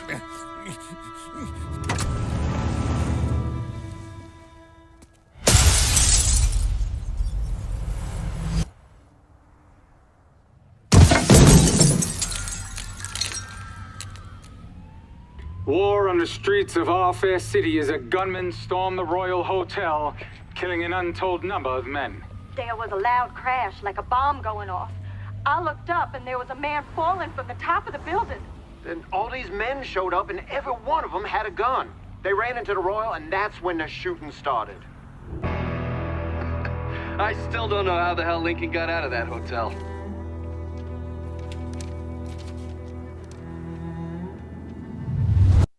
Police are intensifying their search for the colored male believed to be responsible for the massacre at the Royal Hotel. The suspect is described as 6 feet 3 inches and is believed They're to be saying you armed. threw Tony off the roof of the Royal? Actually, it was through his penthouse window. You always had a flair for the dramatic. Tony's ledger. Last couple pages are pretty interesting. Any idea what US 5CJ means? Wait a minute. Holy shit. Why is Lou willing to comp 10 grand a month at a brothel and the same at a drug den? Based on what Greco told me and Scaletta, Marcano's laying out a bunch of money to get gambling legalized. And if that's what you're after, who better to have in your pocket? Then a judge on the 5th Circuit Court of Appeals, US 5CJ. Exactly. There have to be over 20 judges on that bench. Could be any one of them. The kind of man we're talking about isn't used to people getting into his business. I start visiting the places listed in that ledger, he'll panic and go to Lou for help. And that's when we'll find out who he is. Keep that wiretap running. Never turn it off.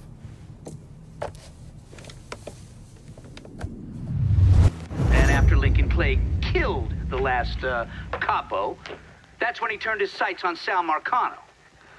Listen, it's like I said before. It's the same op who ran over in Vietnam. You want to bring down the dipshit in charge? You target their men and infrastructure. Eliminate their ability to fight back. And before they know it, they're standing there all alone, ass hanging out in the wind.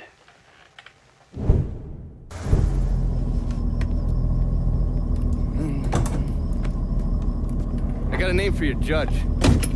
Cornelius Holden. He just made a call to Lou. Not get worked up.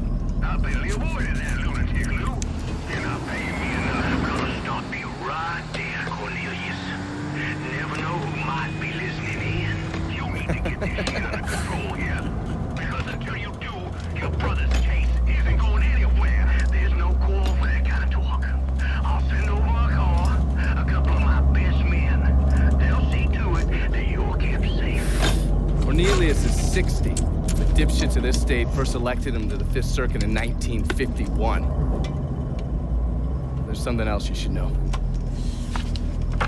Those two men are Lamont Harris and Trey McCall. They were killed by a man named Hollis Dupree. Yeah, I heard he gunned them down when they showed up to his house asking for help. Hollis claims he was in self-defense. Said he thought they were there to kill him. Cornelius is the judge that's presiding over the trial. So killing him might kick up a lot of noise. Cornelius is an entitled southern asshole. Killing him is gonna do a lot more than kick up some noise. Hopefully, it'll send a message that is long past the time that those cocksuckers went extinct. That's the car down there that Lou was talking about. That thing armored? I pulled the work order for it. It's a complete custom job. Tough as hell. It'll take a pounding, but it won't be impossible. Cornelius is scheduled to leave any time now, so this is your window. You follow a set route? Not since the trial started, but he still makes a stop or two on the way home. So, you can either hit him then, or go after him when he's driving around. All right.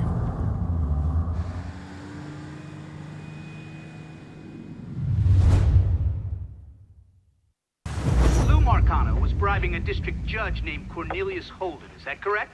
Sal Marcano spent a lot of money getting Holden in his pocket. A lot of money. Judges like that don't come cheap. And with Holden out of the picture, Sal had to find someone else to legalize gambling. And that person was State Senator Walter Jacobs. That's right. You had one fucking job, Lou. That's to keep holding him one goddamn piece to left of that room. What was I supposed to do? He wouldn't listen, Sal. It ain't my fault. Nothing's ever your goddamn fault, I swear. If you wasn't my brother, I'd clip you myself. Now listen here. I know a guy, a state senator named Jacobs. He's on the Revenue and Fiscal Affairs Committee. Has a lot of influence. Can we get to him? Already have. He has a thing for fucking on women who ain't his wife. I don't want to twist this guy's balls out of the gate, you understand? We need to be smart about this. Yeah, of course. How about I throw him a fundraiser on the riverboat? Show him a real nice time. Get him laid, all that shit. This goddamn casino got me tapped, you understand? This goes down the shitter, we're fucked. All of us. Well, I'll pick the guests myself. Make sure they know what's what. Then we'll take a nice long cruise down the bayou, get them all liquored up. Once he sees that payday, Jacobs is gonna do whatever we want. Lou Marcano knew everyone. I mean, politicians, merchants, lawyers, bankers. He insisted on being called Uncle Lou, and was basically the Santa Claus of the French ward. According to the police reports, Mr. Marcano and Mr. Jacobs were killed during a fundraiser on a riverboat. Thing about the bayous, it's a very big place. You could blow the living shit out of everything in sight and no one would even notice.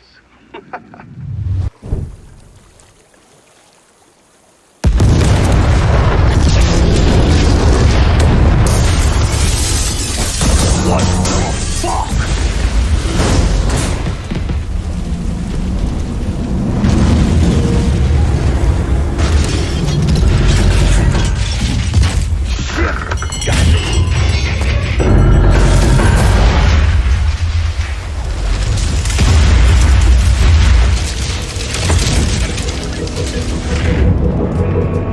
We hit something! Ain't nothing for you to worry about. Let's get you upstairs. You all fan out. Watch the rest of the boat. This sure shit wasn't an accident.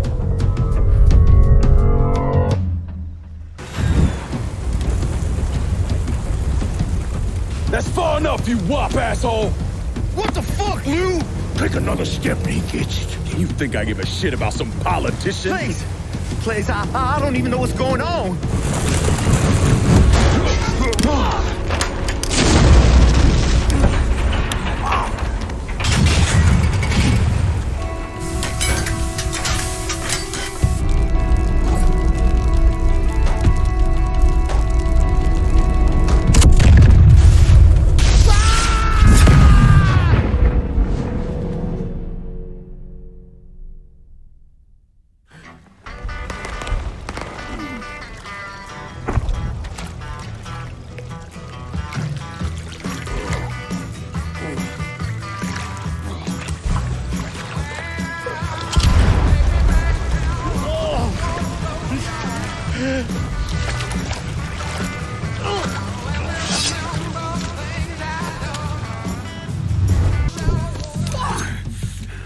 Hello, Lou. Listen, I got money. You can have it. All of it. Just don't kill me. I don't want your money. I want you to send a message to your brother. Yeah. Anything. Oh, just say it. Just say it.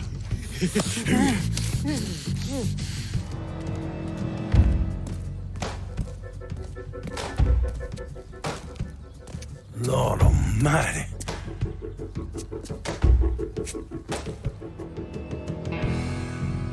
Senator Walter Jacobs was killed this evening in a fiery explosion aboard a riverboat.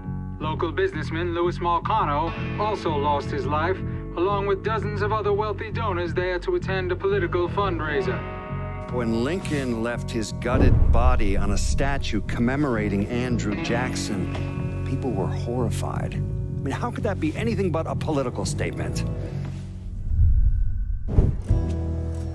Lincoln once told me he couldn't turn the other cheek. That the world doesn't work that way.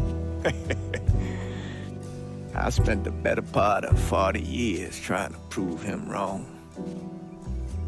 But I was just lying to myself. Look at how we treat each other. Compassion is a sign of weakness, but greed is a virtue. The poor is considered morally corrupt, while every excess of the powerful is celebrated. We sent kids off to die. For what? So someone can make a few bucks? Lincoln was right. He was always right. There ain't never gonna be another Dr. King or a Bobby Kennedy. But there always gonna be another Sal Marcano, another Sammy Robinson, another Lincoln Clay.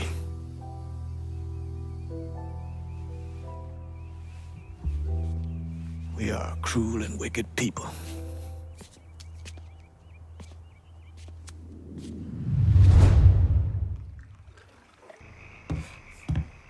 Here we are, lad. Your last chance to make things right between us. Fuck. Fuck. You know how long I've been waiting for someone to stand up and be a man of his word? And in all my fucking days, you, Lincoln Clay, are the first motherfucker to do it. Thank you. You've done a hell of a job, Lincoln. Couldn't have done a better job myself. Probably. I halfway figured Lincoln would have killed us all by now. What we done here? Taking the city away from Marcano and doing it without killing each other? We gotta be proud of that. I'll admit it. I had my doubts, but no more. You came through just as you promised, and I'm lucky to be a part of it. Not one goddamn step of this has been easy, but we've made it through. And there's not a cocksucker left in this town who don't know we rule the streets. We're living proof that the ways of Marcano, the lying, the backstabbing, the cheating, don't need to run in that direction. Those ways are as dead as he is.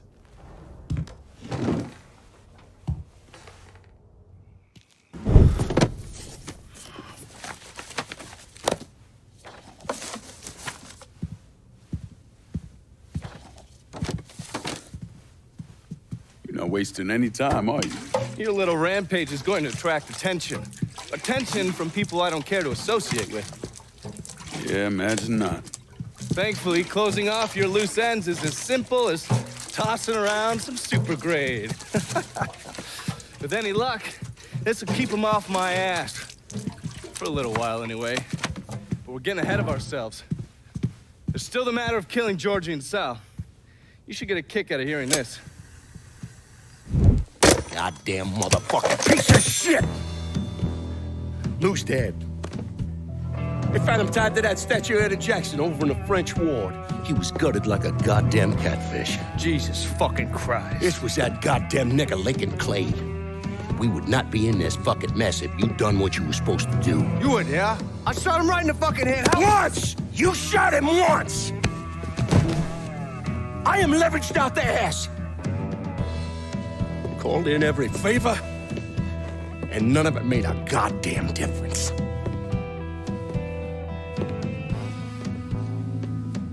We're fucked. I am fucked. Oh, now that's bullshit. We still got some men. I say we hit the streets and we found that cocksucker. Every low-life ball of piss in this city spills blood in the water. My blood. Do you understand? And they'd step over their own mother if it meant being the one that clipped me. I wouldn't last 10 fucking minutes out there. That's a crock of shit. You forget? You are Sal Marcano. Well, there's got to be something we can do.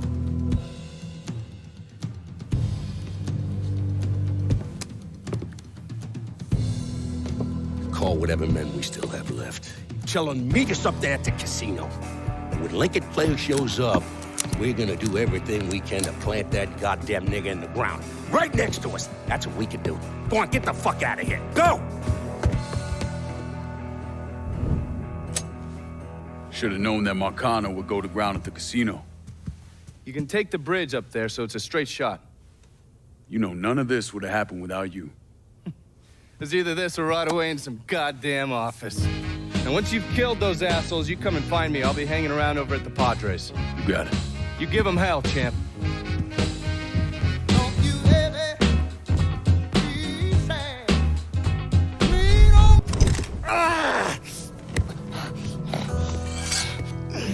You stupid motherfucker.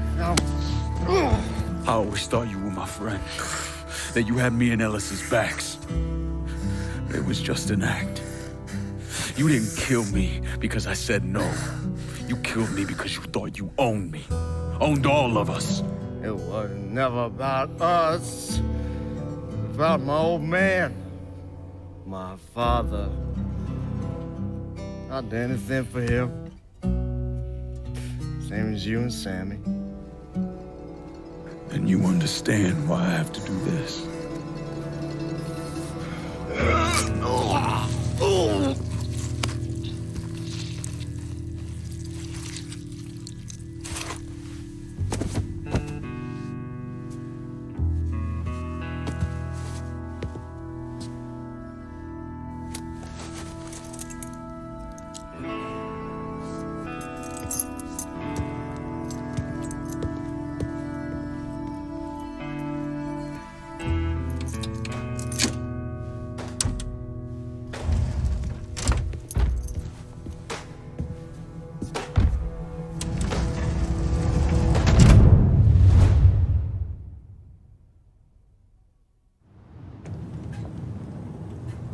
I know you think you're alone in this world, Lincoln, but you're not.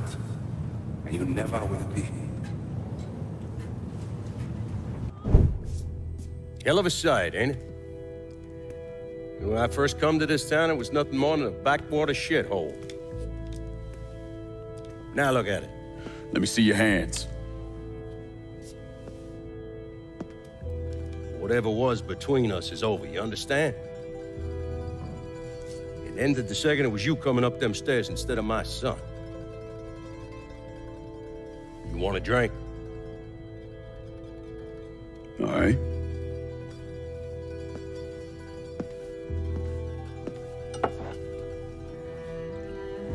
I had this imported from Scotland. Single malt. Now, usually I'm a bourbon man, but I figured I'd order something with a little more class for when the casino opened. Not much of a chance of that happening now, is it? Don't look that way. Take a seat. I ain't going nowhere.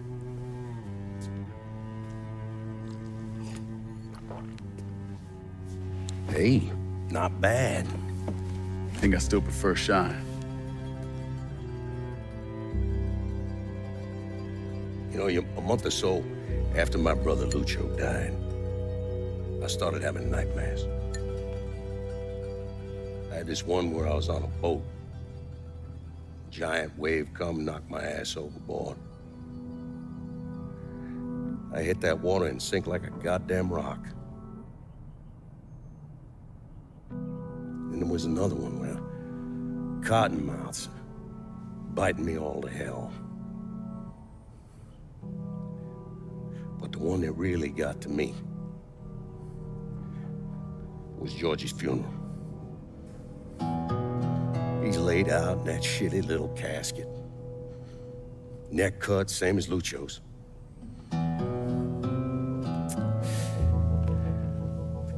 Yeah, that one really got to me. It'll come around again every 3 or 4 days.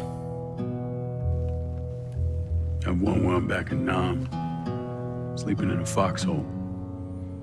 All of a sudden, these dark figures come out of the shadows.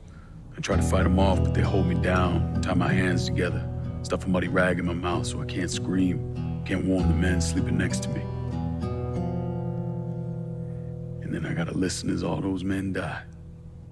I would imagine that's not gonna go away anytime soon. No. I imagine it won't.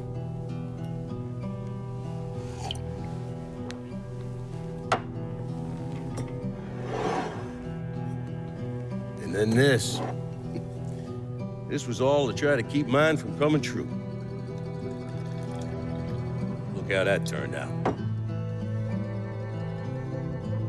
I buried a lot of people. More than I can count. The one I never wanted to see go down in that cold ground was my son. And yet here we are. Yes, sir. Here we are. My son is dead, and I'm having a drink with his killer.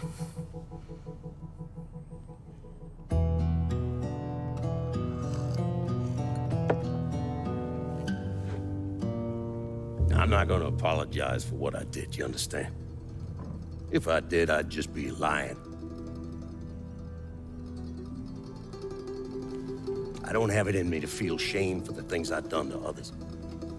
Never have. Didn't come here for an apology. Nah. I know you did. Goddamn, I was right about you, wasn't I? I knew it the second I fucking saw you at the country club. Men like us, we're just wired up wrong. There's only one thing we know. One thing we're good at.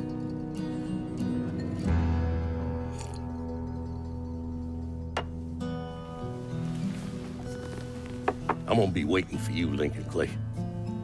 This won't be the last time we see each other. I know.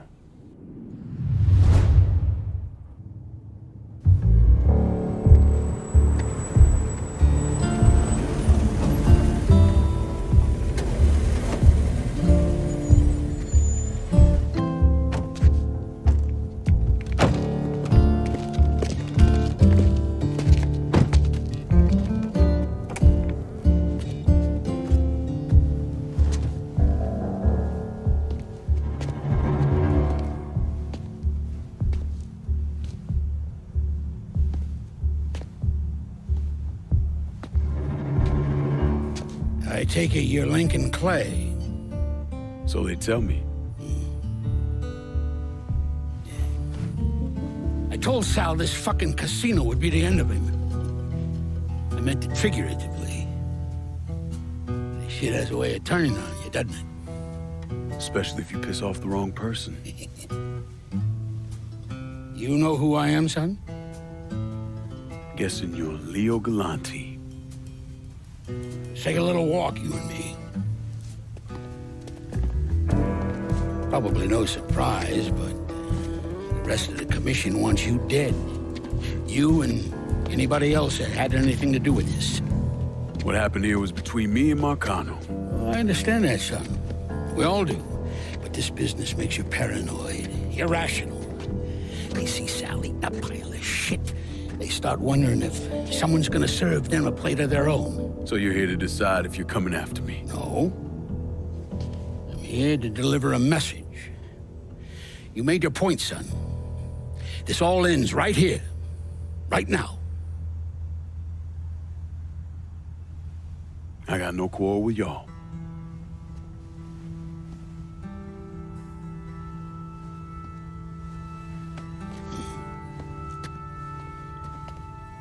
Once a month, Sal kicked up 20% of his net. Cash only. Same man's been delivering it for, I don't know, 40 years or so. I see no need in deviating from that, do you? No, sir. In exchange, you run things as you see fit. Want to sell heroin? Want a whorehouse on every other corner? Makes no fucking difference to me. The only thing that matters is 20%. And what if I decide to walk away? Leave all this behind? Then this will be the last time we see each other.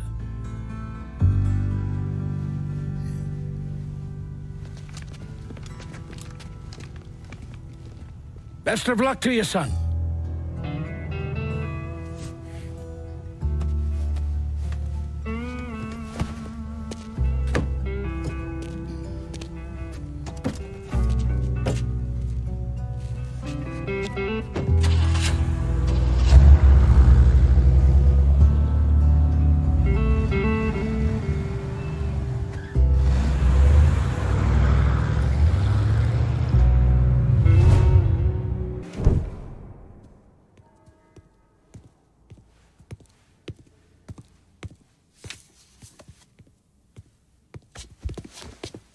Is he dead?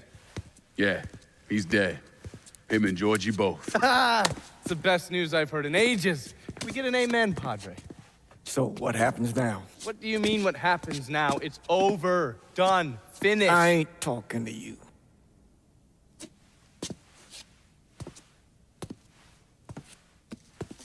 Just cause Sal Marcano's dead, Lincoln, doesn't mean it's over. Now, what you did and the size of it all, you created a storm in this here city, and it's gonna take a long time for it to dissipate, if it ever does. With Marcano dead, New Bourdeaux belongs to me. Ain't nobody left to stand in my way. You can't be serious. The point of this wasn't to replace Marcano, it was to remove him. This city's done gone through enough. It doesn't need another Sal Marcano. This city? You've got to be fucking kidding me. This city is a cesspool. It's where people come to fuck and drink and get high. You watch your filthy mouth. It's what the city is, Padre. If it's not giving another Sal Marcano, it's gonna shit one out. He's right. If it ain't gonna be me, it's gonna be somebody else. Probably somebody worse. Amen. Lincoln. You remember what you told me when you came back from the war? How you wanted to go to California, leave all this behind, and just start all over? Yeah. Yeah. Well, it ain't too late, Lincoln. You can still go. Go. And don't look back. Listen, I'd love to stay here and debate the merits of one crime boss over another, but I've got a schedule to keep. Bit of advice, though. The scumbags you've been working with, kill them. All of them. Bury them before they bury you, buddy.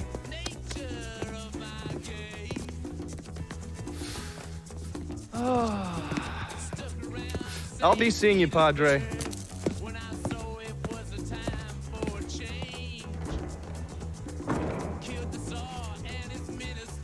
God forgive me for standing by you through all this, Lincoln.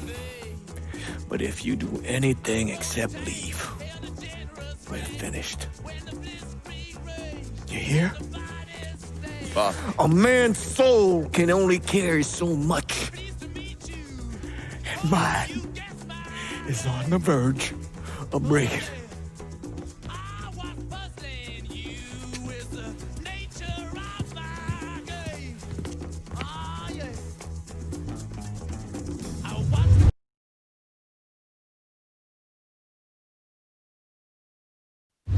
After Lincoln vanished, Vito Scaletta took over the city.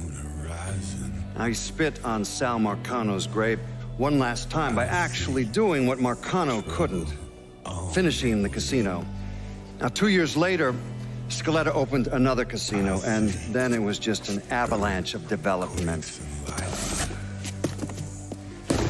Hotels, arenas, the new convention center. I mean, today everyone knows this place as the Las Vegas of the South, but the whole damn thing was built on bodies Lincoln Clay left behind with blood money he and his lieutenants stole from the mob. And Vito? He still lives in that penthouse at the top of Marcano's casino, looking out over the city he owns. After Sal Marcano's death, Lincoln Clay disappeared. The Bureau deprioritized the investigation after a few months, but I keep an active file. In 1971, I tracked him to a California shipyard where he was working under an assumed name. By the time we got there, though, he was gone. The trail went cold, and by 77, 78, I figured he was dead. But then I got a report of someone matching his description working with the Colombians. Since then, there's a new sighting of him every couple of years. Lincoln made it out to California. Worked at the shipyards for a few years. Met him a woman. Seemed like he was gonna get married, but then it all came apart. Don't know why. And he started moving around. He went to Alaska, New York, South America.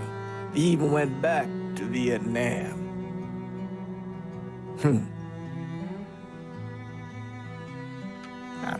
I still get postcards from time to time.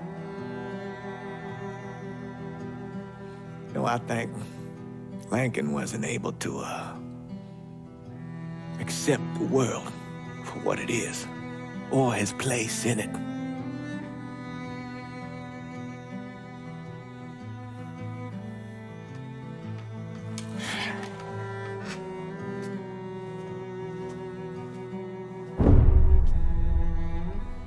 Someday, he's going to get tired of running, or make a mistake, and I'll be waiting. I promise you that. Let me ask you something. Senator! Where were you when John Fitzgerald Kennedy was assassinated? I don't remember. At home, I believe. I don't remember. At home, I believe. Let me tell you where I was. A muddy hut in Vietnam. Slowly dismembering an old woman, cutting her apart bit by bit. And do you know why? Because her son was an NVA officer. And hurting her was the only way to make him talk. I don't understand what this has to do... What he told us saved the lives of an entire platoon. That's 42 men. Men that lived another day because I was willing to take a saw to that old woman. Thank you, Mr. Donovan. I believe that... Sit down and shut the fuck up!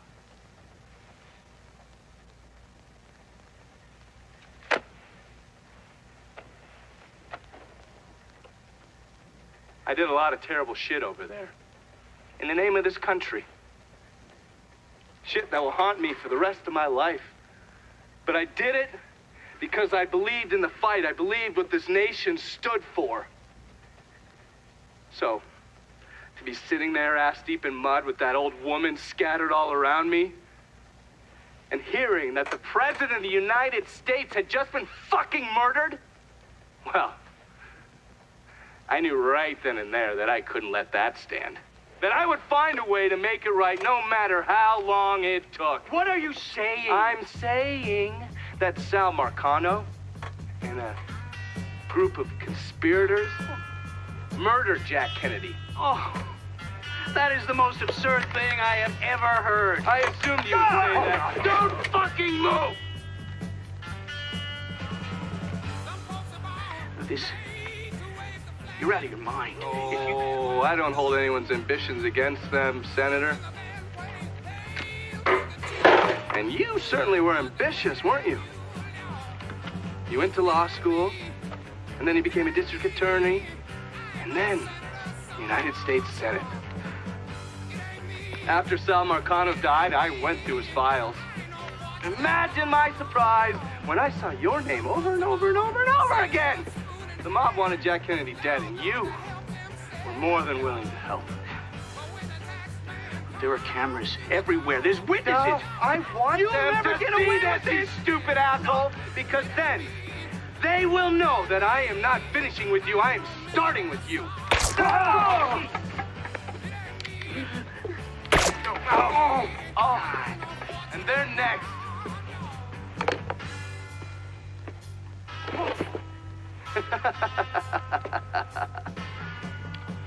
Gentlemen.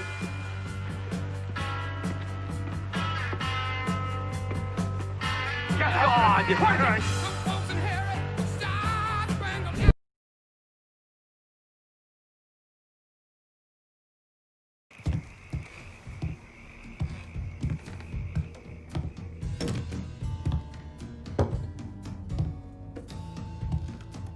Sal and Georgie are gone. And after all the shit we've been through, we run this city. After all the bullshit, it's almost impossible for me to wrap my brain around the fact that we actually did it. You're a fucking saint, Lincoln. And I'm honored to know you. So we finally gonna get our chance to make things right in this town. Bring a balance to things.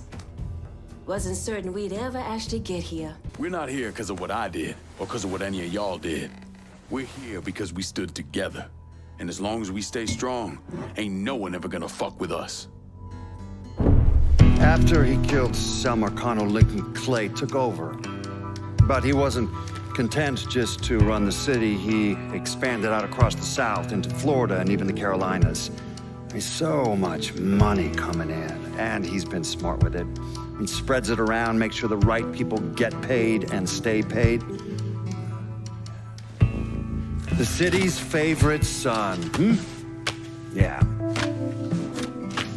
Rebuilding the Hollow, buying up Frisco Field, reopening the theme park, all that money and goodwill. He thinks it's made him untouchable, but no one is untouchable. He might have plastered his name across a few schools and hospitals, made donations to a charity here and there, but nothing absolves him of his crimes. That's why I agreed to do this documentary. I want to shine a light on the real Lincoln Clay. Lincoln gave in to everything.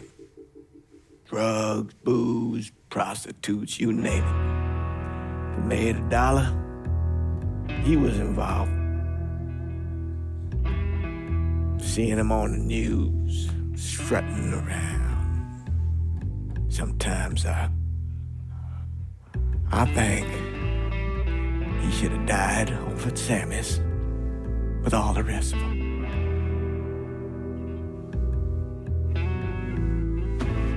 There'd be kind of a peace in that.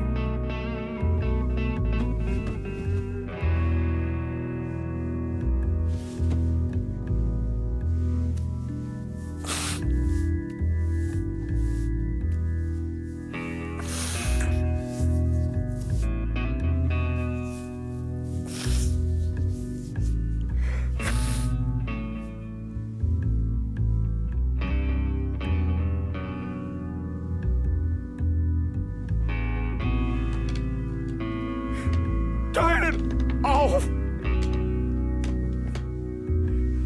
Nothing else to say about any of this.